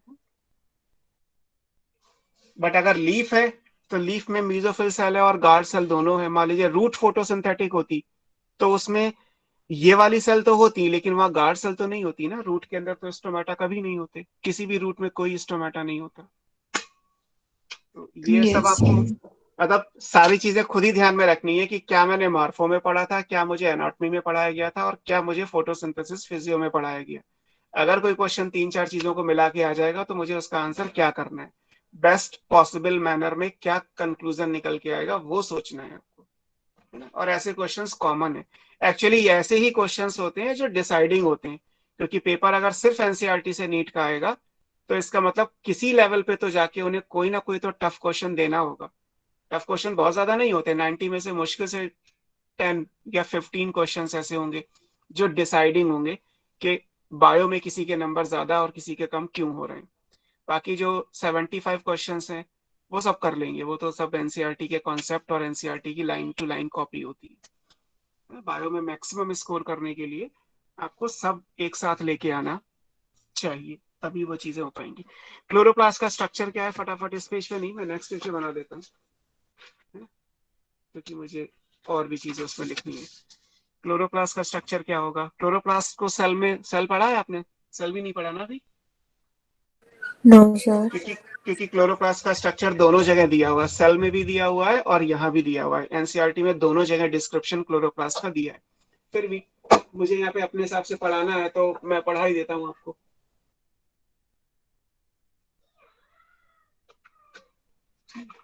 छोड़ दीजिए, ठीक है।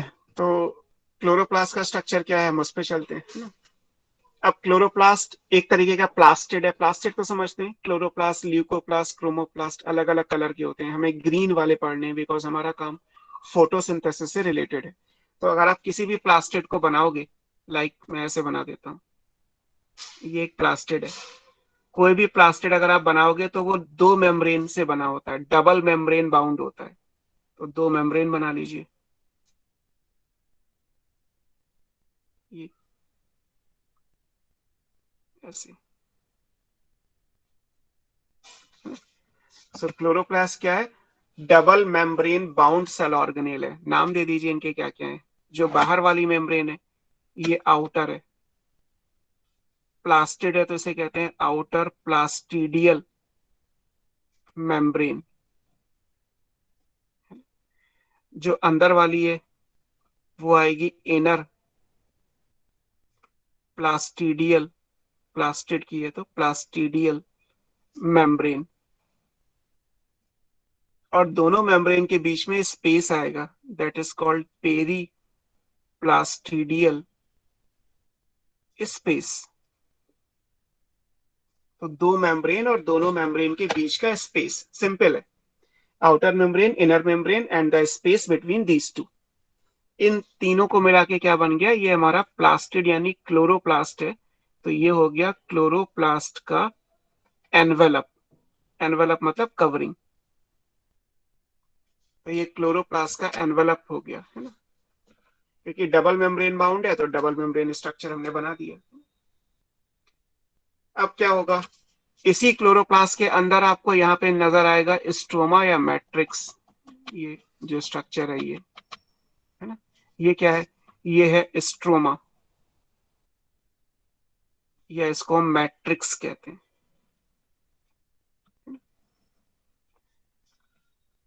अब इस स्ट्रोमा या मैट्रिक्स में क्या क्या होगा, इस स्ट्रोमा या मैट्रिक्स के अंदर कई सारी चीजें आएंगी। लाइक आप कहीं भी जहां पे आपको जगह लगे, इधर खाली है इधर लगी, कहीं भी बना लीजिए। क्लोरोप्लास्ट सेमी ऑटोनॉमस होता है तो इसमें डबल स्ट्रैंडेड सर्कुलर डीएनए का एक मॉलिक्यूल होगा और कुछ इसमें राइबोसोम्स भी होंगे।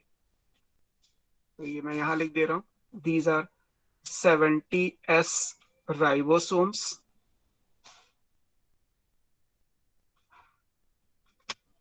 और ये हमारा है डबल स्ट्रैंडेड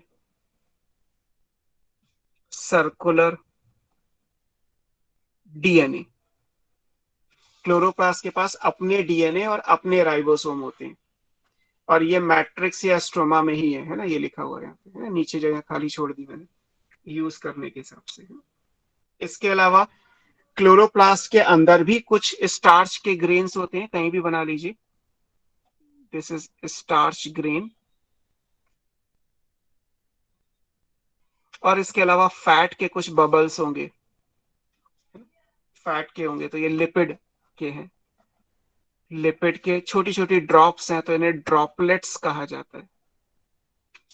तो इस स्ट्रोमा या मैट्रिक्स के अंदर स्टार्च के ग्रेन होंगे, लिपिड की ड्रॉपलेट होगी, राइबोसोम होंगे 70s, double standard circular DNA होगा। ये स्ट्रोमा या मैट्रिक्स का स्ट्रक्चर हो गया। अब इस क्लोरोप्लास्ट के अंदर एक मेम्ब्रेन का पूरा सिस्टम है। एक मेम्ब्रेन ऐसी होंगी, यहाँ पे मेम्ब्रेन का ये पूरा स्टैक्स होंगे, ढेर लगे हुए हैं, है ना, ये इस तरीके से बने हुए हैं, कितने भी बना सकते हैं ये।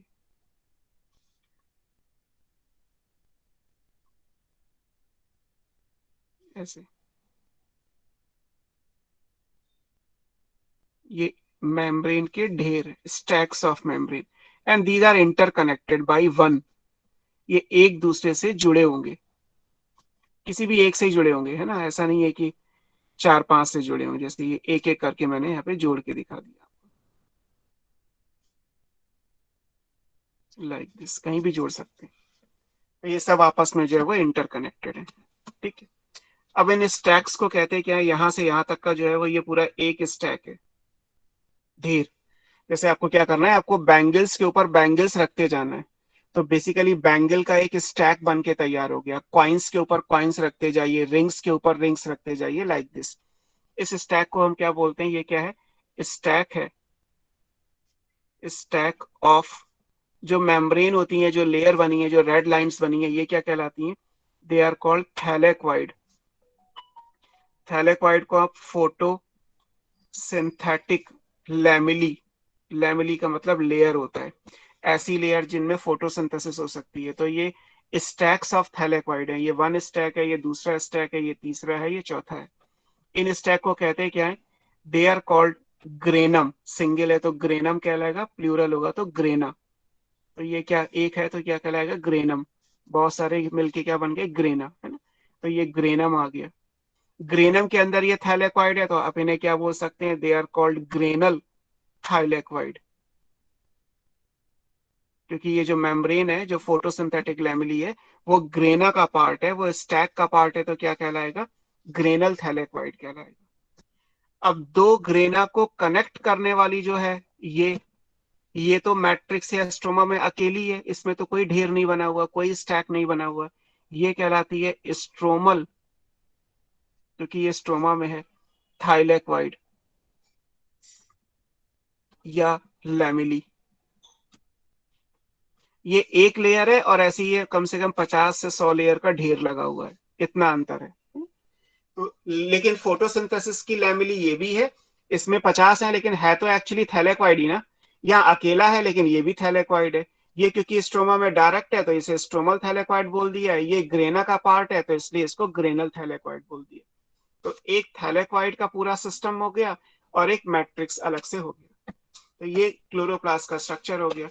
क्लोरोप्लास्ट के स्ट्रक्चर में क्या है, there is clear cut division of labour, सबके काम अलग अलग है, अलग अलग सबके काम क्या है, जो ग्रेना है और जो स्ट्रोमल थैलेक्वाइड है, मतलब जो रेड से मैंने बनाया, चाहे वो ग्रेना का थैलेक्वाइड हो या वो स्ट्रोमा का थैलेक्वाइड हो, ये बेसिकली क्या है, चाहे वो ये वाला हो या ये वाला हो, ये क्या हो गए, these are site of light reaction. जो फोटोसिंथेसिस की लाइट रिएक्शन होती है वो कहाँ होती है, वो थैलेक्वाइड में होती है, चाहे वो ग्रेना का थैलेक्वाइड हो या दो ग्रेना को कनेक्ट करने वाला स्ट्रोमा का थैलेक्वाइड हो, थैलेक्वाइड होना जरूरी है। तो लाइट रिएक्शन हमेशा थैलेक्वाइड में होती है। क्यों होती है, क्योंकि इन थैलेक्वाइड मेम्ब्रेन के अंदर आपको पिगमेंट्स मिलेंगे। पिगमेंट्स का मतलब क्या हुआ, जो फोटोसिंथेटिक पिगमेंट हैं, जिनमें क्लोरोफिल होता है या कैरोटेनॉइड्स होते हैं, आगे आपको पिगमेंट्स भी पढ़ने हैं। तो ये लाइट रिएक्शन ऑफ फोटोसिंथेसिस कहाँ होती है, ये आपको मेम्ब्रेन के सिस्टम में, थैलेक्वाइड मेम्ब्रेन के अंदर होगी। क्यों होगी, उसका रीजन लिख देता हूं, because it has photosynthetic pigments।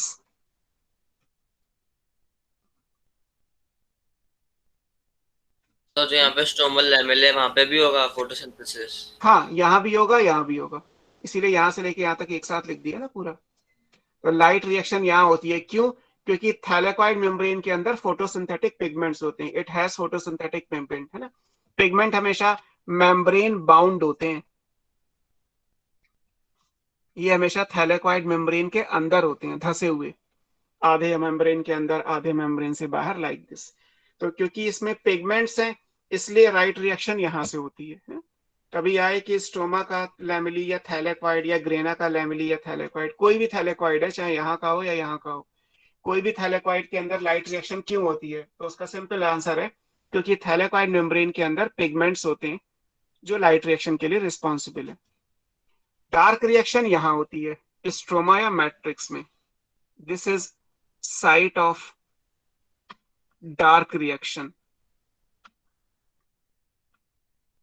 अब डार्क रिएक्शन यहाँ क्यों होती है, उसका भी रीजन है, क्योंकि डार्क रिएक्शन में एंजाइम्स चाहिए और एंजाइम इस स्ट्रोमा या मैट्रिक्स में होते हैं, because it has enzymes required for, enzymes required for photosynthesis, dark reaction of photosynthesis. तो डार्क रिएक्शन स्ट्रोमा या मैट्रिक्स में होगी और लाइट रिएक्शन कहाँ होगी, थैलेक्वाइड मेम्ब्रेन के अंदर होगी। क्लियर। तो ये पूरा क्लोरोप्लास्ट का स्ट्रक्चर हो गया। बाकी जो स्टार्च ग्रेन है, लिपिड ड्रॉपलेट्स हैं, 70s ribosome, double standard circular DNA, इन सब का काम फिलहाल फोटोसिंथेसिस में नहीं है, ये तो एक स्ट्रक्चर बनाना था तो हमने सिंपली स्ट्रक्चर बना दिया। सर जो ये स्टैक ऑफ थाइलाकॉइड को फोटोसिंथेटिक लैमेला बोला है, ये फिर जो स्ट्रोमल थाइलाकॉइड है नहीं, वो स्टैक को उनके, नहीं, केवल थैलेक्वाइड को सॉरी हाँ, फोटोसिंथेटिक। हाँ थाइलाकॉइड को ही बोला, तो ये स्ट्रोमल थाइलाकॉइड और ग्रैनल दोनों के लिए है फोटोसिंथेटिक लैमेला टर्म। हाँ, लैमेली तो मतलब लेयर हुआ, उस थैलेक्वाइड इज कॉल्ड लैमेली। अब थैलेक्वाइड चाहे ग्रेना की हो या स्ट्रोमल थैलेक्वाइड हो, ओके सर। है ना, ये दोनों के लिए पैरेलल है। मैंने थैलेक्वाइड के इक्वल में लिखा है फोटोसिंथेटिक लैमेली, स्टैक के इक्वल में नहीं है, थैलेक्वाइड के इक्वल में। स्टैक बन जाएगा तो ग्रेना कहलाएगा, अगर स्टैक नहीं बना तो स्ट्रोमल कहलाएगा। स्टैक कहाँ ओके नहीं सर। बनेगा? जहां पे दो ग्रेना को जोड़ने की बात होगी, इंटरकनेक्ट करने की बात होगी, नहीं तो स्टैक तो है ही।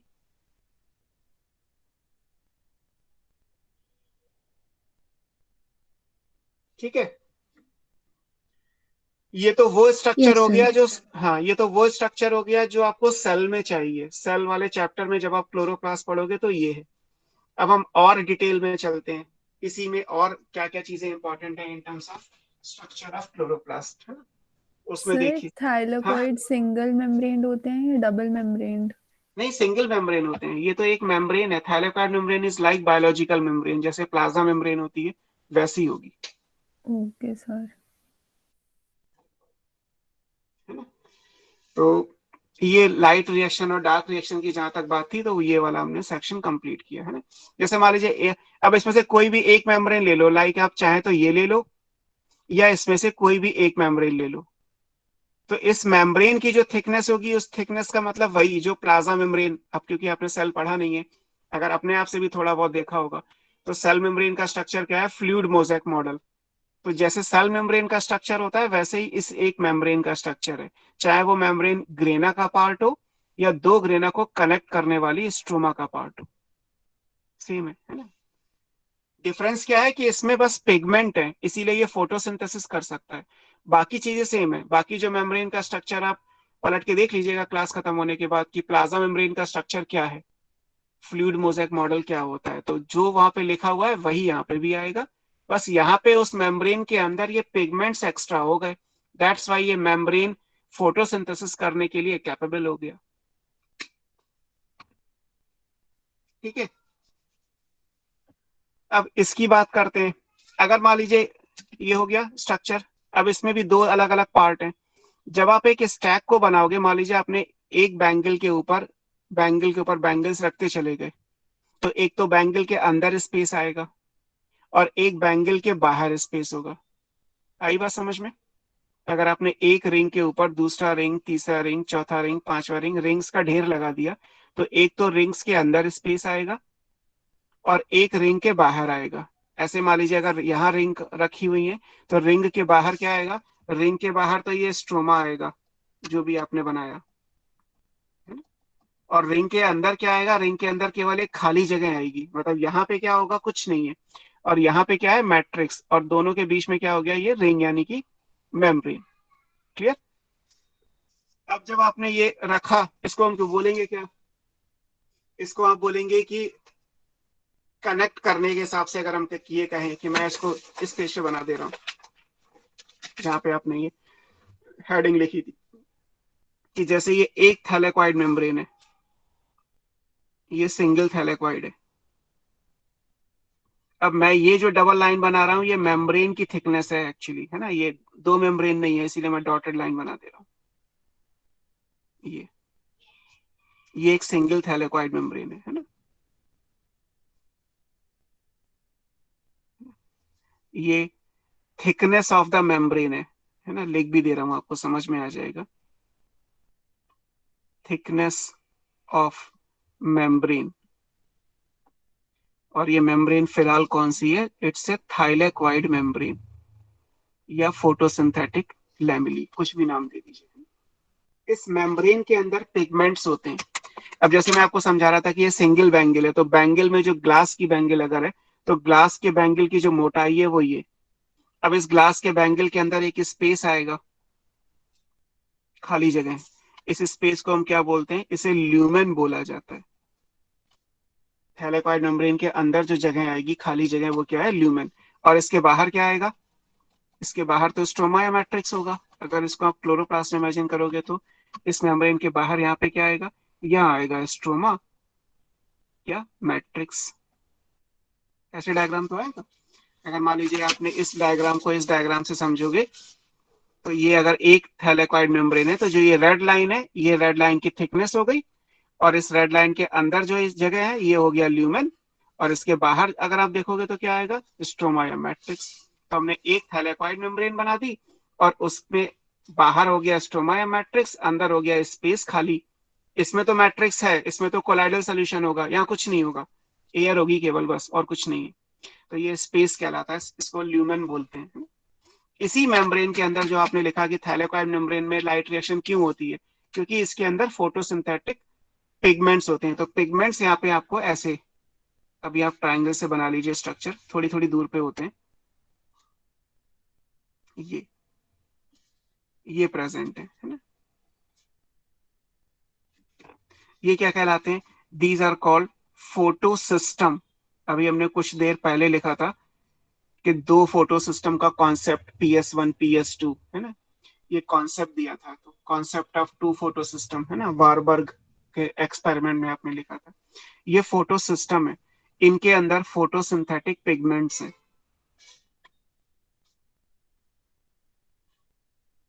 मतलब आप मान लीजिए कि यहाँ पे बहुत सारे छोटे छोटे पिगमेंट्स होंगे जो फोटोसिंथेसिस करेंगे।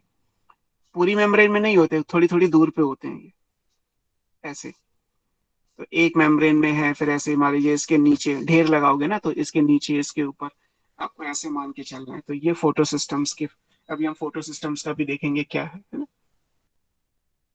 ये हो गया क्लियर। एक ये फिगर याद रखना है कि फोटो सिस्टम्स कहाँ होते हैं। तो फोटो सिस्टम्स थैलेकॉइड मेम्ब्रेन में होते हैं। और फोटो सिस्टम्स है क्या? ये फोटोसिंथेटिक पिगमेंट का एक बंच है। मतलब यहाँ पे कम से कम 200 से 250 पिगमेंट्स होंगे। 200 से 250 आप मान लीजिए कि क्लोरोफिल या बाकी पिगमेंट्स के मॉलिक्यूल है जो इतने से हिस्से में है। फिर यहाँ कुछ नहीं है, फिर थोड़ी दूर पे जाके फिर ऐसा ही स्ट्रक्चर है, फिर थोड़ी दूर पे जाके ऐसा है। इस तरीके से ये पूरी मेम्ब्रेन के अंदर डिस्ट्रीब्यूटेड है। Photo systems are located in thylakoid membrane. Thylakoid membrane के अंदर स्पेस और मेम्ब्रेन के बाहर स्ट्रोमा। ये बात पूरी हो गई। अब इसके भी आगे अगर हम चलें, फिर से इस फिगर को देखिए। अगर मान लीजिए आपने क्या किया, आपने बंच बनाया, आपने एक स्टैक बनाया, रिंग के ऊपर रिंग रखते चले गए, तो ऊपर वाली रिंग जो है वो नॉन ओवरलैपिंग है, इसके ऊपर तो कुछ है नहीं तो ये फ्री है। और ऐसे इसके नीचे कुछ नहीं है तो ये फ्री है। बीच वाली जितनी भी रिंग्स आएंगी वो एक दूसरे से ओवरलैप होंगी। आई बात समझ में? अगर आपने मान लीजिए क्या किया, आपने रिंग्स बनाई, मैं यहाँ पे फिर से आपको बना के दिखा रहा हूँ। लाइक हमने रेड से बनाया था, रेड से मान लीजिए कि ये एक मेम्ब्रेन है, थैलेकॉइड मेम्ब्रेन, फिर इसके नीचे ये दूसरी थैलेकॉइड मेम्ब्रेन आएगा, फिर इसके नीचे ये तीसरी थैलेकॉइड मेम्ब्रेन आएगा, ऐसे तो आएंगे। फिर ये चौथी थैलेकॉइड मेम्ब्रेन आएगा, फिर ये पांचवी है, लाइक दिस, छठी है। तो ऐसे तो स्टैक बनाओगे आप मेम्ब्रेन का।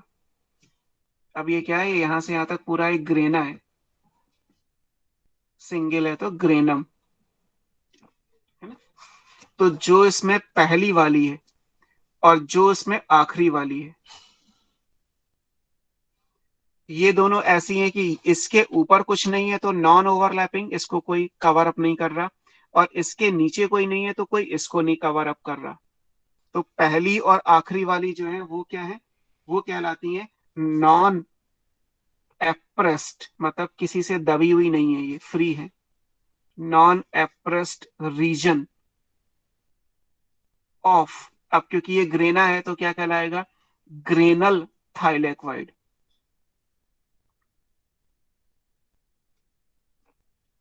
ये क्या कहलाएगा, non appressed region of granal thylakoid.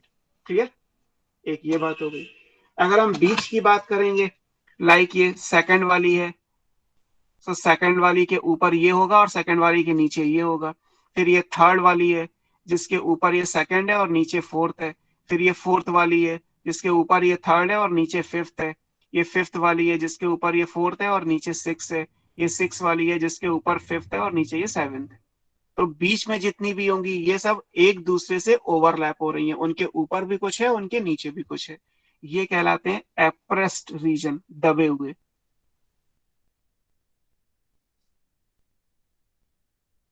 Of क्योंकि ग्रेना है तो ग्रेनल थैलेकॉइड। इसका मतलब एक ग्रेना के अंदर जब आप थैलेकॉइड मेम्ब्रेन का अरेंजमेंट देखोगे तो उसमें पहली और आखिरी जो थैलेकॉइड आएगी वो तो किसी से कोई ओवरलैप नहीं हो रही। जब वो किसी से ओवरलैप नहीं हो रही तो क्या कहलाएगा, non appressed region of granal thylakoid.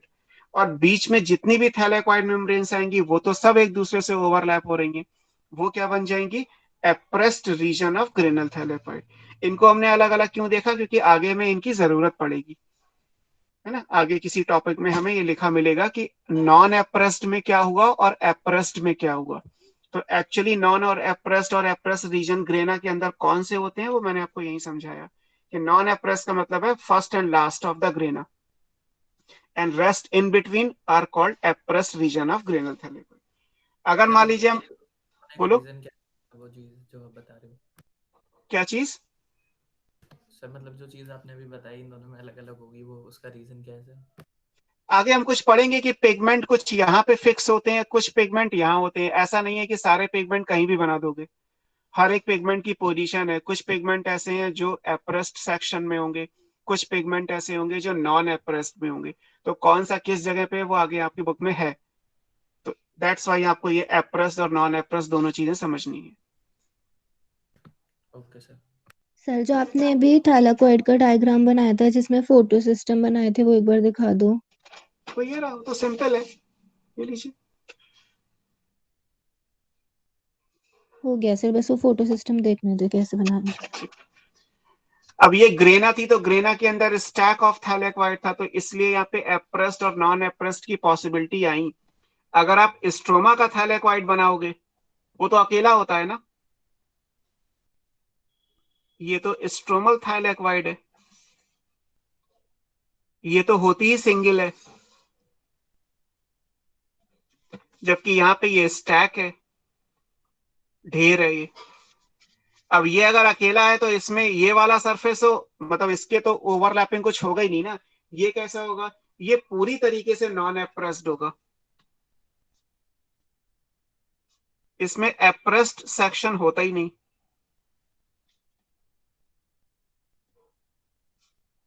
Only इसमें कोई एप्रेस नहीं आएगा, बिकॉज इसमें कोई दूसरा ही नहीं है ना। नॉन एप्रेस तो तब आएगा जब एप्रेस तो तब आएगा जब आप उसको एक दूसरे से ओवरलैप करके बनाओगे ना, जैसे ये था डायग्राम। इसमें तो ये अकेला ही है ना, तो ये तो पूरी तरीके से नॉन एप्रेस्ड हो गया। जबकि अगर आपने ग्रेना बनाया होता तो पहला और आखिरी नॉन एप्रेस्ड होता, बीच में जितने भी आते वो क्या होते, एप्रेस्ड होते। जैसे मैंने आपको यहाँ पे अलग से करके भी दिखा दिया कि अगर आपने स्टैक बनाया तो फर्स्ट और लास्ट को छोड़ के बाकी जितने भी आएंगे दे आर एप्रेस्ड, फर्स्ट और लास्ट नॉन एप्रेस्ड। इसका मतलब अगर आपने एक ग्रेना बनाया तो उसमें एप्रेस्ड और नॉन एप्रेस्ड दोनों रीजन होंगे। जबकि अगर आपने स्ट्रोमल थैलेकोइड बनाया है तो उसमें केवल नॉन एप्रेस्ड होगा, उसमें कोई एप्रेस सेक्शन नहीं होगा। ठीक है, तो अब ये क्लोरोप्लास्ट का पूरा स्ट्रक्चर हुआ जो जितना भी हमें पढ़ना था फिलहाल फोटोसिंथेसिस के हिसाब से। एक ल्यूमेन क्या होता है, एक सिंगल थैलेकोइड मेम्ब्रेन में फोटोसिस्टम्स कैसे डिस्ट्रीब्यूट होते हैं, थैलेकोइड मेम्ब्रेन क्लोरोप्लास्ट के अंदर कैसे अरेंज है, ग्रेना या ग्रेना को कनेक्ट करने वाला स्ट्रोमा, और फिर उसमें एप्रेस और नॉन एप्रेस रीजन का क्या मतलब है, ये सब है ना। तो ये हमारा टॉपिक पूरा हुआ कि फोटोसिंथेसिस होती कहाँ पे, where does photosynthesis take place, है ना।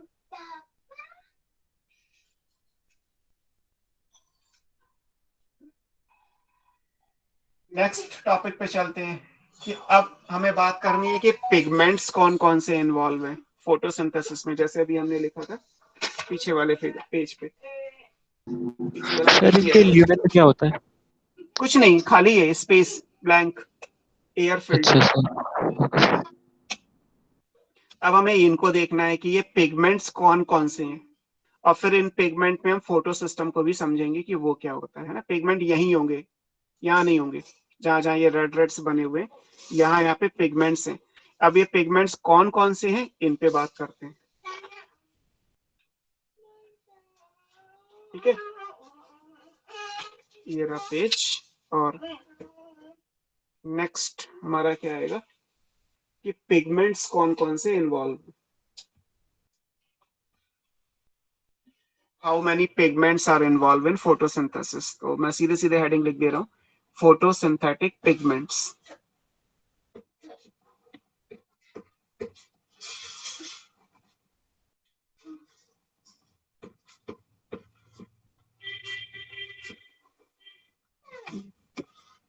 अब जो फोटोसिंथेटिक पिगमेंट्स हैं वो आपने पढ़े हैं कि फोटोसिंथेटिक पिगमेंट्स मिलेंगे कैसे। पहले तो उसके लिए फिर एक टेक्निक है, हम क्या करते हैं, हमें ये भी 11th के स्कूल अगर आपके खुल रहे होते तो आपको 11th की सीबीएसई की प्रैक्टिकल बुक में ये एक्सपेरिमेंट है कि आप किसी भी लीफ को ले लीजिए जो ग्रीन कलर की लीफ हो, उसको आप प्रेस्टल मोटर क्रश करने वाला जो अपरेटस होता है उसमें लीफ को क्रश करेंगे। लीफ को पानी में क्रश नहीं करते बिकॉज जो यहाँ पे पिगमेंट क्लोरोफिल जिसे हम निकालने वाले हैं वो ऑर्गेनिक सॉल्वेंट के अंदर सॉल्युबल है। तो आपको एसीटोन, ईथर या अल्कोहल कुछ भी ले लीजिए, नॉर्मली एसीटोन ले लेते हैं, तो acetone is a good organic solvent. तो आपने लीफ को एसीटोन में पेस्ट बना दिया क्रश करके। अब वहाँ पे एक टेक्निक होती है क्रोमेटोग्राफी, हो सकता है आपने केमिस्ट्री में भी पढ़ा हो उसको। क्रोमेटोग्राफी एक टेक्निक है, क्रोमा मतलब होता है कलर, ग्राफी मतलब होता है रिकॉर्ड। तो हम अलग अलग कलर का रिकॉर्ड बनाते हैं, उस टेक्निक को क्रोमेटोग्राफी कहते हैं। तो लीफ के पिगमेंट्स, ऐसा नहीं है कि लीफ ग्रीन दिखाई दे रही है तो उसमें केवल क्लोरोफिल होगा, एक्चुअली उसके अंदर डिफरेंट टाइप के पिगमेंट्स होते हैं। तो वो पिगमेंट्स कौन कौन से हैं उनको हम अलग अलग कैसे करेंगे ये इंपॉर्टेंट है। जैसे मान लीजिए आपने 4 कलर को मिक्स किया ड्राइंग बनाते समय, आपको शायद चारों दिखाई दे रहे हो बट उसमें थोड़ा सा ब्लैक मिला दीजिए तो बाकी के चारों गायब हो गए, अब आपको केवल ब्लैक दिखाई दे रहा है। तो इसका मतलब जो ब्लैक पेंट आपको दिखाई दे रहा है एक्चुअली वो ब्लैक है या नहीं है ये नहीं पता हमें। हो सकता है वो प्योर ब्लैक हो सकता है वो 10 कलर के बाद एक 11वां कलर ब्लैक मिला दिया इसलिए पूरा का पूरा ब्लैक ही नजर आ रहा है। दैट्स वाई हियर, क्योंकि ब्लैक की इंटेंसिटी ज्यादा है इसलिए आपको दिखाई ब्लैक ही देता है। ऐसे यहाँ भी है, लीफ ग्रीन इसलिए दिखाई देती है बिकॉज क्लोरोफिल की इंटेंसिटी बहुत ज्यादा है, क्लोरोफिल का amount as compare to other pigments बहुत ज्यादा है, इसलिए इन जनरल लीफ कैसी दिखाई देती है, ग्रीन। लेकिन जब आप इसको क्रोमेटोग्राफी से अलग अलग करोगे तो आपको ग्रीन, येलो, ऑरेंज, रेड सब पिगमेंट्स अलग अलग दिखाई देंगे। जो भी जिस लीफ के अंदर प्रेजेंट होते हैं उन सबको अलग अलग किया जा सकता है। तो पिगमेंट्स हमें मिलेंगे कैसे, उसके लिए हमारे पास जो टेक्निक है वो हम क्या करेंगे, that is called chromatographic separation, chromatography. So chromatographic separation of leaf pigment।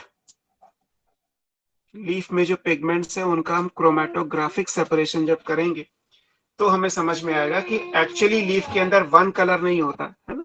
यहाँ पे समझ में आएगा कि leaf has more than one pigments, क्योंकि नॉर्मली हमें सिर्फ क्लोरोफिल समझ में आता है बट एक्चुअली हम जब इस टेक्निक से जाएंगे तो हमें समझ में आएगा कि उसके अंदर एक से ज्यादा पिगमेंट्स हैं। और एक से ज्यादा में भी कौन से हैं, यूजुअली 4 होते हैं, यूजुअली 4 पिगमेंट्स होते हैं। Most of the green leaf के अंदर टोटल 4 पिगमेंट्स होते हैं और वो 4 कौन से हैं वो आपको ब्रीफ में पढ़ने हैं ना। उनमें 2 क्लोरोफिल होते हैं और 2 कैरोटीनॉइड्स होते हैं। होने को क्लोरोफिल और भी हो सकते हैं बट यूजुअली लिखा है इन जनरल सिचुएशंस जो आप ग्रीन लीफ लोगे उसके अंदर आपको ये पिगमेंट्स मिल जाएंगे, है ना। इन पिगमेंट्स को आप जब डिवाइड करोगे तो ये 2 कैटेगरी हैं, एक कहलाती है क्लोरोफिल की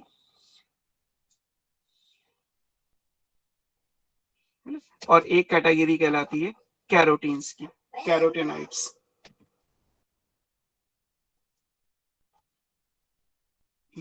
दो टाइप के क्लोरोफिल और 2 टाइप के कैरोटीनॉइड मिलके ये 4 पिगमेंट होंगे जो लीफ के अंदर यूजुअली प्रेजेंट होते हैं। लेकिन आपको इम्पैक्ट क्या मिलेगा, केवल क्लोरोफिल का, क्योंकि वो हमें ग्रीन कलर का होता है और वो डार्क है इसलिए हमें वही दिखाई देता है ना? ये इंपॉर्टेंट। अब इन पिगमेंट्स की बात करते हैं, ये कौन कौन से पिगमेंट हैं, क्लोरोफिल क्या होता है या बाकी क्या क्या पिगमेंट्स हैं वो इम्पोर्टेंट। थोड़ा सा नीचे कर। हाँ ये है ना, ये सर हो गया। हो गया, ओके।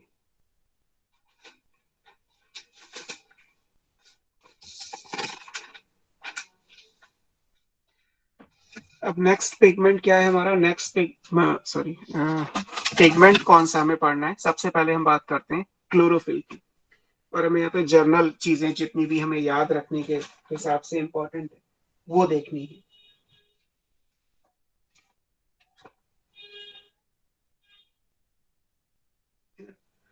सबसे पहले बात करते हैं क्लोरोफिल की।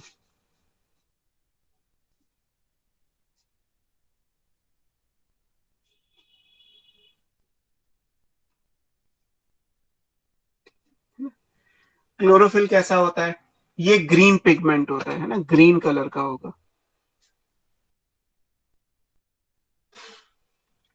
है ना। पहली चीज ये कि क्लोरोफिल कैसा होता है, ग्रीन पिगमेंट होता है ना। अब क्लोरोफिल के बारे में एक दो चीजें इंपॉर्टेंट है कि क्लोरोफिल होता कैसा है। क्लोरोफिल का अगर आप स्ट्रक्चर जाओगे तो क्लोरोफिल के स्ट्रक्चर में दो पार्ट होते हैं। एक इसका हेड होता है जो पोरफायरिन का बना हुआ है। पोरफायरिन के अंदर 4 पायरोल रिंग होती हैं, tetra, TETRA, tetra pyrrole structure with Mg2 positive at centre, जिसके सेंटर में एक मैग्नीशियम आयन होगा। और एक क्लोरोफिल का टेल होता है जो हाइड्रोकार्बन का है, आप सिर्फ टेल ही याद रखिए उसे। एक पोरफायरिन हेड है और एक टेल है ना? जो टेल है this is embedded in thylakoid membrane. मैंने जैसे कहा कि कोई भी पिगमेंट होगा तो वो मेम्ब्रेन बाउंड होगा, मेम्ब्रेन से जुड़ा होगा। तो मेम्ब्रेन से एक्चुअली क्लोरोफिल का कौन सा पार्ट जुड़ा हुआ है, टेल। जो मेम्ब्रेन के अंदर लिपिड की लेयर आएगी एम्बेडेड इन थैलेक्वाइड मेम्ब्रेन, इसमें जो इसकी लिपिड लेयर होगी मेम्ब्रेन की, उसमें ये टेल जाएगी और इसका जो हेड है वो थैलेक्वाइड मेम्ब्रेन से बाहर निकल आएगा ऐसे। तो इसका मतलब वो कहीं मेम्ब्रेन जान, मतलब ये जो पिगमेंट है वो कहीं जा नहीं सकता, वो मेम्ब्रेन से जुड़ा है, हमेशा जुड़ा रहेगा। हेड में पोरफायरिन, पोरफायरिन का मतलब क्या है, पोरफायरिन में 4 पायरोल रिंग आएंगी। पायरोल आप 12th की केमिस्ट्री में पढ़ोगे। It's A nitrogen containing heterocyclic compound. तो जहां तक मेरी नॉलेज है हाइड्रोसाइक्लिक कंपाउंड के बारे में 12th की ऑर्गेनिक केमिस्ट्री में दिया हुआ है, 12th की बुक में दिया हुआ है, उसमें पायरोल का भी स्ट्रक्चर होगा। तो ऐसी 4 पायरोल की रिंग होंगी जिसके सेंटर में एक मैग्नीशियम आयन होगा। मिनरल न्यूट्रिशन आप पढ़ ही चुके हैं, तो आपने लिखा था कि मिनरल न्यूट्रिशन के हिसाब से मैंने आपको पढ़ाया था कि पोरफायरिन हेड बनाने के लिए कौन सा मेटल आयन चाहिए, बताओ।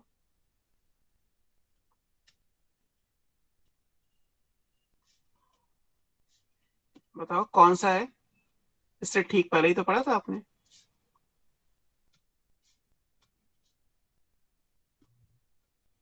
कौन सा मिनरल ऐसा है जो पोरफायरिन हेड बनाने के लिए चाहिए क्लोरोफिल में, यहाँ पे क्या लिखूं, आयरन। Iron, Fe। और मैग्नीशियम ये रहा। अब मैग्नीशियम आपको फार्मूले में भी मिल जाएगा लेकिन आयरन आपको फार्मूले में नहीं मिलेगा। अगर हम क्लोरोफिल का मॉलिक्यूलर फार्मूला लिखें तो उसमें Fe नहीं आएगा बट Mg आएगा। सो इसलिए दोनों क्वेश्चन आपको तब भी कराए थे मैंने कि क्लोरोफिल की सिंथेसिस के लिए कौन से न्यूट्रिएंट चाहिए, तो आंसर होगा आयरन और मैग्नीशियम। और अगर ऐसे पूछा जाए कि क्लोरोफिल को बर्न कर दें तो हमें क्या मिलेगा, तो केवल आपको मैग्नीशियम मिलेगा, आयरन नहीं। क्योंकि आयरन तो इसको बनाने के लिए चाहिए, जब ये बन जाएगा तो ये इसके साथ जुड़ेगा और क्लोरोफिल बनेगा।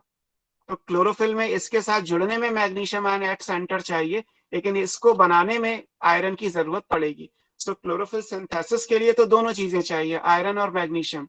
लेकिन अगर क्लोरोफिल को तोड़ दोगे तो उसमें मैग्नीशियम मिलेगा लेकिन आयरन नहीं मिलेगा। दोनों ही क्वेश्चन इंपॉर्टेंट है, दोनों ही नीट में आ चुके हैं, तो उस हिसाब से आपको ये ध्यान में रखना है। सर अब क्लोरोफिल, मतलब आयरन क्लोरोफिल के स्ट्रक्चर में नहीं होता। क्लोरोफिल के स्ट्रक्चर में नहीं होता। क्लोरोफिल के हेड वाला जो सेक्शन है पोरफायरिन, इसको बनाने के लिए आयरन चाहिए, इसीलिए तो लिखा है आयरन के आगे, iron is required for porphyrin head of chlorophyll, है ना। और मैग्नीशियम तो उसके स्ट्रक्चर में है ही, क्या लिखा है, मैग्नीशियम तो अलग से होता है ना, plus magnesium at the centre. Tetrapyrrole structure तो पोरफायरिन हो गया, इसके सेंटर में मैग्नीशियम अलग से आएगा। यस सर तो टूटने पे आयरन क्यों नहीं मिलेगा, समझ नहीं आया। बिकॉज जैसे मान लीजिए ये कि कैसे समझोगे आप, कोई भी चीज की सिंथेसिस होती है, तो जब सिंथेसिस आप करते हैं तो एक तो ये होता है कि हमें डायरेक्ट कंपोनेंट्स कौन कौन से चाहिए। तो डायरेक्ट कंपोनेंट तो वो हो गए जो इस प्रोसेस में इन्वॉल्व होंगे। इनडायरेक्ट कंपोनेंट वो होंगे जो इस प्रोसेस के एंजाइम के कोफैक्टर होंगे। एंजाइम तो रिएक्शन में यूज नहीं होता ना, एंजाइम किसी भी रिएक्शन में यूज नहीं होता। एंजाइम एक बायो कैटालिस्ट है, कैटालिस्ट रिएक्शन में कभी यूज नहीं होते। तो अगर मान लीजिए कोई एंजाइम का पार्ट हुआ तो वो उस रिएक्शन को कैटालाइज करने के लिए तो चाहिए, लेकिन जो प्रोडक्ट बनेगा उसमें तो वो एंजाइम या कोई मेटल आयन नहीं आएगा ना। ऐसे अच्छा यहाँ सर, पे भी है, मतलब ये आयरन भी पोरफायरिन रिंग को बनाने में यूज हुआ है, बनाने में एक्चुअल यूज में है होगा। नहीं। हाँ, अब पोरफायरिन Okay, बन गया तो पोरफायरिन में आयरन कहीं नहीं है, बट पोरफायरिन बनाने में जो एंजाइम्स आए होंगे उनमें आयरन इन्वॉल्व हुआ होगा। ओके सर, पोरफायरिन समझ आ बनने के गया। बाद अब आप इसमें मैग्नीशियम को जोड़ दीजिए और एक टेल लगा दीजिए हाइड्रोकार्बन की, और टेल को लिपिड के अंदर थाइलाकोइड मेम्ब्रेन में एम्बेड कर दीजिए, तो उससे एक क्लोरोफिल का जनरल स्ट्रक्चर आपको मिल जाएगा। अब क्लोरोफिल अलग अलग टाइप के होते हैं, यूजुअली 6 टाइप के क्लोरोफिल होते हैं। इनके नाम ऐसे ही है, क्लोरोफिल को CHL, क्योंकि कई बार आएगा तो मैं ऐसे ही लिखूंगा, ABCDEF, 6 अलग अलग टाइप के क्लोरोफिल है। अब इसमें से अगर आपको कुछ थोड़ा बहुत याद हो, ग्रीन एल्गी में कौन कौन से होते क्लोरोफिल होते हैं, आपने एल्गी में अलग अलग करके पढ़े होंगे ना, A and B. Sir A B. AB। और ब्राउन एल्गी में A and C. A and C। Red algae में A and A D. and D. A and D। ये 3 एल्गी हो गई। एक्चुअली एल्गी में 11 क्लासेस हैं, आपने केवल 3 पढ़ी है, green brown red, Chlorophyceae, Phaeophyceae, Rhodophyceae. Total 11 classes algae के अंदर हैं। तो एल्गी में जब आप अलग अलग एल्गी को देखोगे तो आपको ये सब कहीं ना कहीं मिल जाएंगे। हालांकि हमें सब नहीं पढ़नी, हमारे लिए क्लोरोफिल ए और बी, क्योंकि हमने जितनी भी फोटोसिंथेसिस की रिसर्च की है वो ग्रीन एल्गी पे की है, तो इसलिए हमें कौन से मिलेंगे, क्लोरोफिल ए मिलेगा और क्लोरोफिल बी मिलेगा। इसमें से जो क्लोरोफिल ए है ये हमेशा प्रेजेंट होता है, इसे हम बोलते हैं यूनिवर्सल पिगमेंट। और आगे जब फोटोसिंथेसिस की रिएक्शन होगी तो यहीं से स्टार्ट होगी, so this is called reaction centre.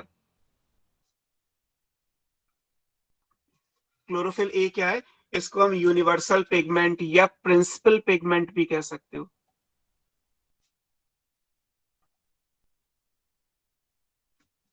और रिएक्शन भी यहीं से स्टार्ट होगी, तो इसलिए ये रिएक्शन सेंटर कहलाएगा। It is found in everywhere. जैसे अभी आपने, मैंने 3 क्वेश्चंस पूछे, आपने आंसर दिए। क्लोरोफिल ए ग्रीन में भी है, रेड में भी है, ब्राउन में भी है, और जो नहीं पड़ी उनमें भी है। और प्लांट में ब्रायो, टेरिडो, जिम्नो, एंजियो कुछ भी हो, क्लोरोफिल ए हर जगह प्रेजेंट है। तो क्लोरोफिल क्या है, ए क्या है, ये यूनिवर्सल पिगमेंट है और ये रिएक्शन सेंटर कहलाता है ना। ये ब्राइट या ब्लू ग्रीन कलर का होगा, है ना, दिस इज ब्राइट और ब्लू ग्रीन इन कलर। जब आप क्रोमेटोग्राफी में इसको देखोगे तो ब्राइट ग्रीन या ब्लू ग्रीन कलर का आपको क्लोरोफिल ए दिखाई देगा। तो क्लोरोफिल ए के बारे में हमने पढ़ा। ऐसे अगर हम क्लोरोफिल बी के बारे में पढ़ेंगे तो बी का कलर क्या है, बस केवल वो बुक में दिया है, ये आपको येलो ग्रीन कलर का दिखाई देगा, इन कलर। तो ये दोनों आपके पिगमेंट्स हो गए, क्लोरोफिल ए और क्लोरोफिल बी। बाकी के आपके पढ़ने नहीं है, आपने जो अभी लिखा कि 4 पिगमेंट्स होंगे तो 4 में 2 ये होंगे, क्लोरोफिल ए, क्लोरोफिल बी, जो यूजुअली लीफ के अंदर प्रेजेंट होते हैं। बिकॉज हम कहीं ना कहीं ग्रीन के रिगार्डिंग फोटोसिंथेसिस पढ़ रहे हैं, और ग्रीन एल्गी में आपने a plus b as a pigment पढ़े हुए हैं। तो इतनी चीजें आपको क्लोरोफिल के बारे में याद रखनी है। ठीक। जो दूसरी कैटेगरी पिगमेंट की है वो क्या है, कैरोटिनाइड्स।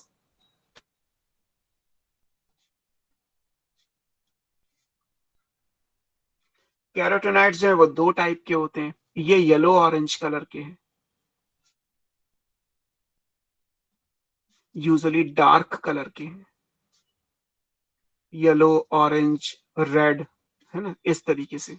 और भी आप इमेजिन कर सकते हैं, येलो, ऑरेंज या डार्क कलर के हैं, कोई भी डार्क कलर के होंगे तो कैरोटिनाइड्स होंगे। अब ये क्या है, ये सिंपली हाइड्रोकार्बन्स हैं, है ना। अगर आप इनके स्ट्रक्चर की बात करेंगे तो दीज आर हाइड्रोकार्बन्स। इनका केमिकल नेचर क्या है, ये हाइड्रोकार्बन है। हाइड्रोकार्बन तो पढ़ा है केमिस्ट्री में, कुछ नहीं पढ़ा, पढ़ा है सर। ठीक है। तो हाइड्रोकार्बन में H और C, केवल कार्बन और हाइड्रोजन आएगा, ऑक्सीजन तो हाइड्रोकार्बन में होता नहीं, एल्केन, एल्कीन, एल्काइन, ऐसे आप बनाओगे तो हाइड्रोकार्बन आ जाएंगे। तो ये हाइड्रोकार्बन या उसके डेरिवेटिव है ना, आप मान सकते हैं हाइड्रोकार्बन डेरिवेटिव्स, हाइड्रोकार्बन से डिराइव्ड है ये, ठीक है। अब ये 2 टाइप के हैं, इसमें कोई मिनरल आयन नहीं चाहिए, है ना, ये 2 टाइप्स के हैं। फर्स्ट इनमें कहलाता है कैरोटीन। कैरोटीन कैसे होते हैं, ये आपको प्रॉपर येलो ऑरेंज कलर के, ऑरेंज या येलो ऑरेंज या रेड इस कलर के दिखाई देंगे, है ना।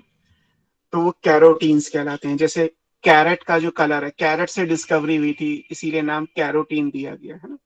कैरेट के अंदर जो होता है वो बीटा कैरोटीन होता है। कैरोटीन्स भी अलग अलग टाइप के हैं, अल्फा, बीटा, गामा, डेल्टा, ईटा, है ना। इनमें से भी सबसे इंपॉर्टेंट क्या है, बीटा कैरोटीन, है ना। ये भी एक यूनिवर्सल पिगमेंट है, प्रिंसिपल पिगमेंट, प्रिंसिपल और यूनिवर्सल पिगमेंट। ये भी रिएक्शन को इनिशिएट कर सकता है, रिएक्शन सेंटर।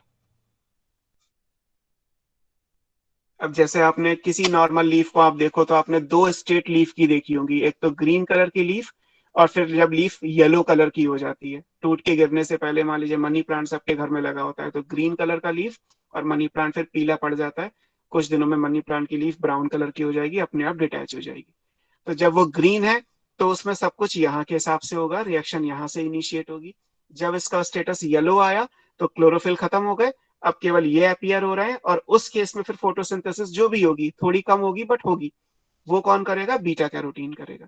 तो क्लोरोफिल ए और बीटा कैरोटीन केवल दो हमारे रिएक्शन सेंटर होते हैं, दोनों एक साथ नहीं होंगे। या क्लोरोफिल ए होगा जब लीफ का स्टेटस ग्रीन है तो, या अगर लीफ का स्टेटस ग्रीन नहीं है, येलो ऑरेंज कलर का है, तो उसमें फिर आपको बीटा कैरोटीन मिल जाएगा, और कोई तीसरा नहीं होगा, है ना?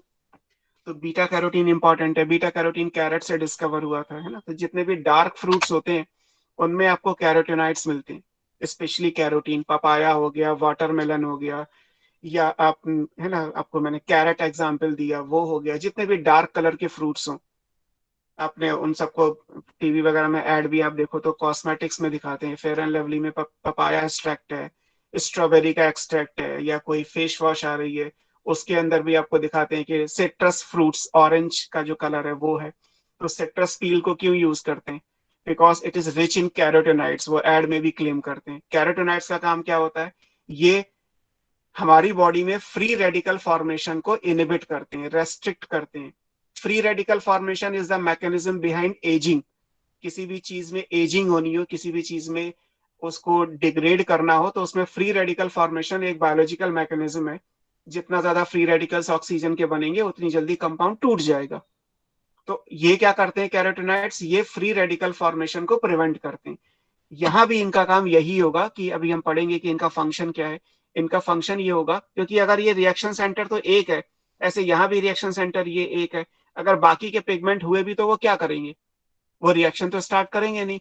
तो उनका काम क्या होगा, वो फ्री रेडिकल फॉर्मेशन से प्रिवेंट करते हैं, चाहे वो हमारी बॉडी के लिए हो या वो प्लांट सिस्टम के लिए हो, दोनों जगह कैरोटीनॉइड का काम एक ही है ना। प्रिवेंशन फ्रॉम फोटो ऑक्सीडेशन, जैसे आपको दिखाया जाता है कि मान लीजिए कोई भी है, अलग अलग ब्रांड आते हैं, लाइक क्लीन एंड क्लियर भी आता है, एवर यूथ भी आता है, वो कहते हैं कि ऑरेंज पील का फेस वॉश यूज करो तो सन की जो हार्मफुल रेज है वो आपकी स्किन प्रोटेक्ट हो जाएगी। तो ऐसा क्यों दिखाया जाता है, बिकॉज सन की जो हार्मफुल रेज है वो हमारी स्किन में अगर जाएंगी तो वो हमारी स्किन के अंदर जाके क्या करेंगी, वो फ्री रेडिकल फॉर्मेशन इनिशिएट करेंगी, स्किन फ्रैगाइल हो जाएगी, एजिंग स्टार्ट हो जाएगी, रिंकल्स पड़ जाएंगे स्किन पे।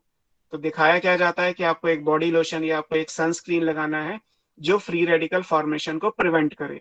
अब जब उस सनस्क्रीन या उस फेस वॉश या उस बॉडी लोशन का आप मेकअप देखोगे, केमिस्ट्री देखोगे उसकी, तो उसमें आपको कैरोटीनॉइड्स मिल जाएंगे कि डार्क फ्रूट का एक्सट्रैक्ट है, पपाया हो गया, मेलन हो गया, स्ट्रॉबेरी हो गया, चीकू हो गया, है ना, इन कैरेट हो गया।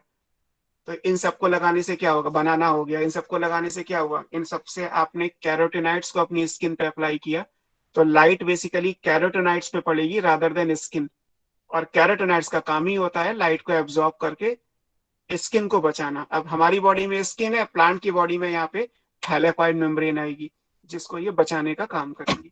सो दैट्स वाई कैरोटीनॉइड्स का एक इंपॉर्टेंट रोल है, जो आगे आप डिस्कस भी करोगे, एक ग्राफ भी दे रखा होगा बुक में।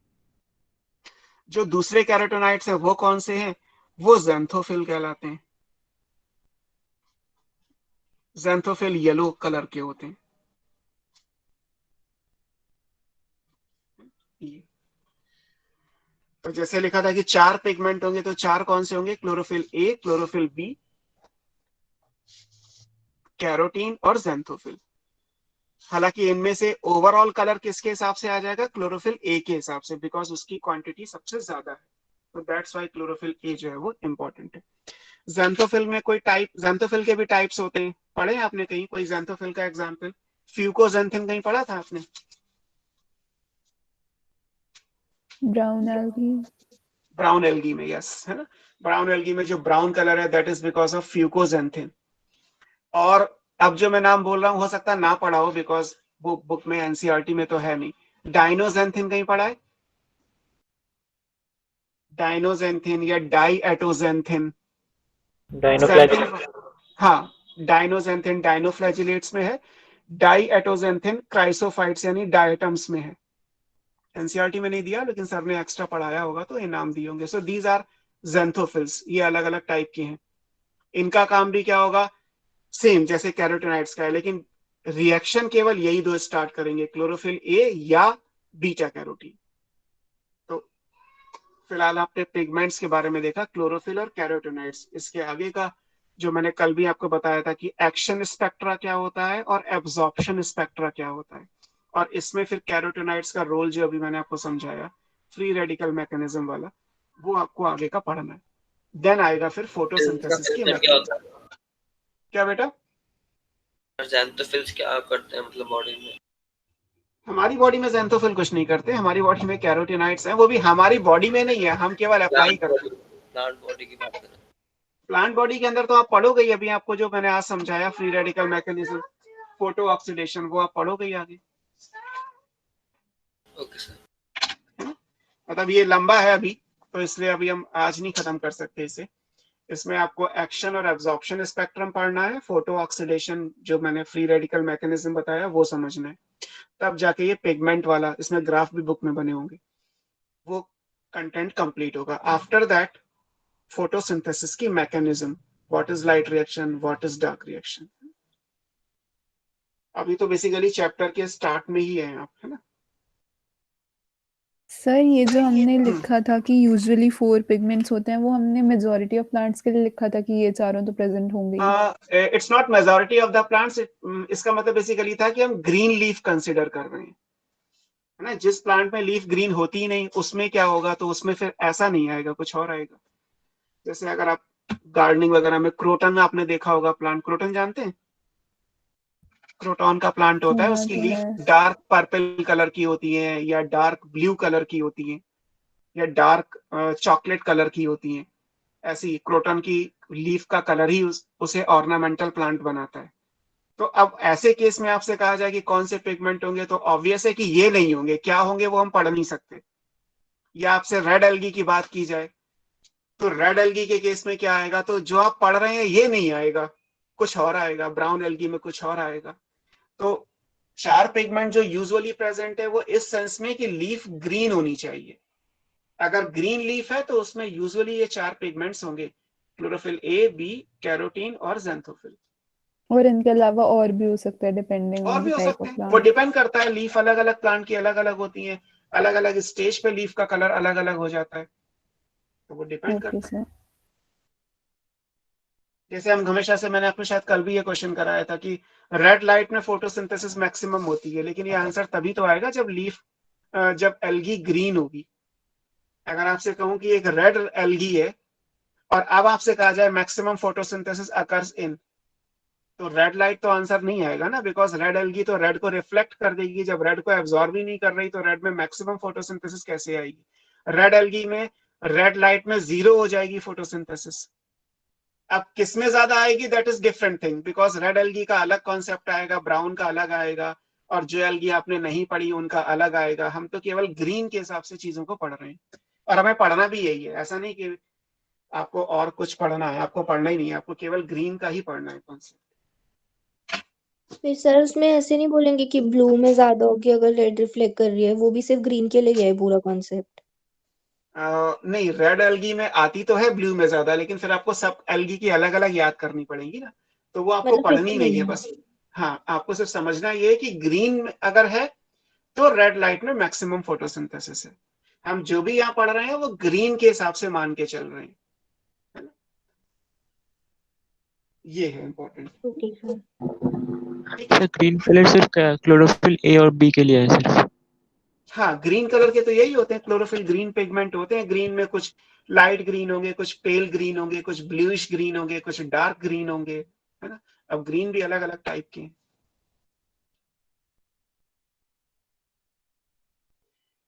ठीक है, सो बाकी नेक्स्ट क्लास में good night. Good night sir. Good night sir.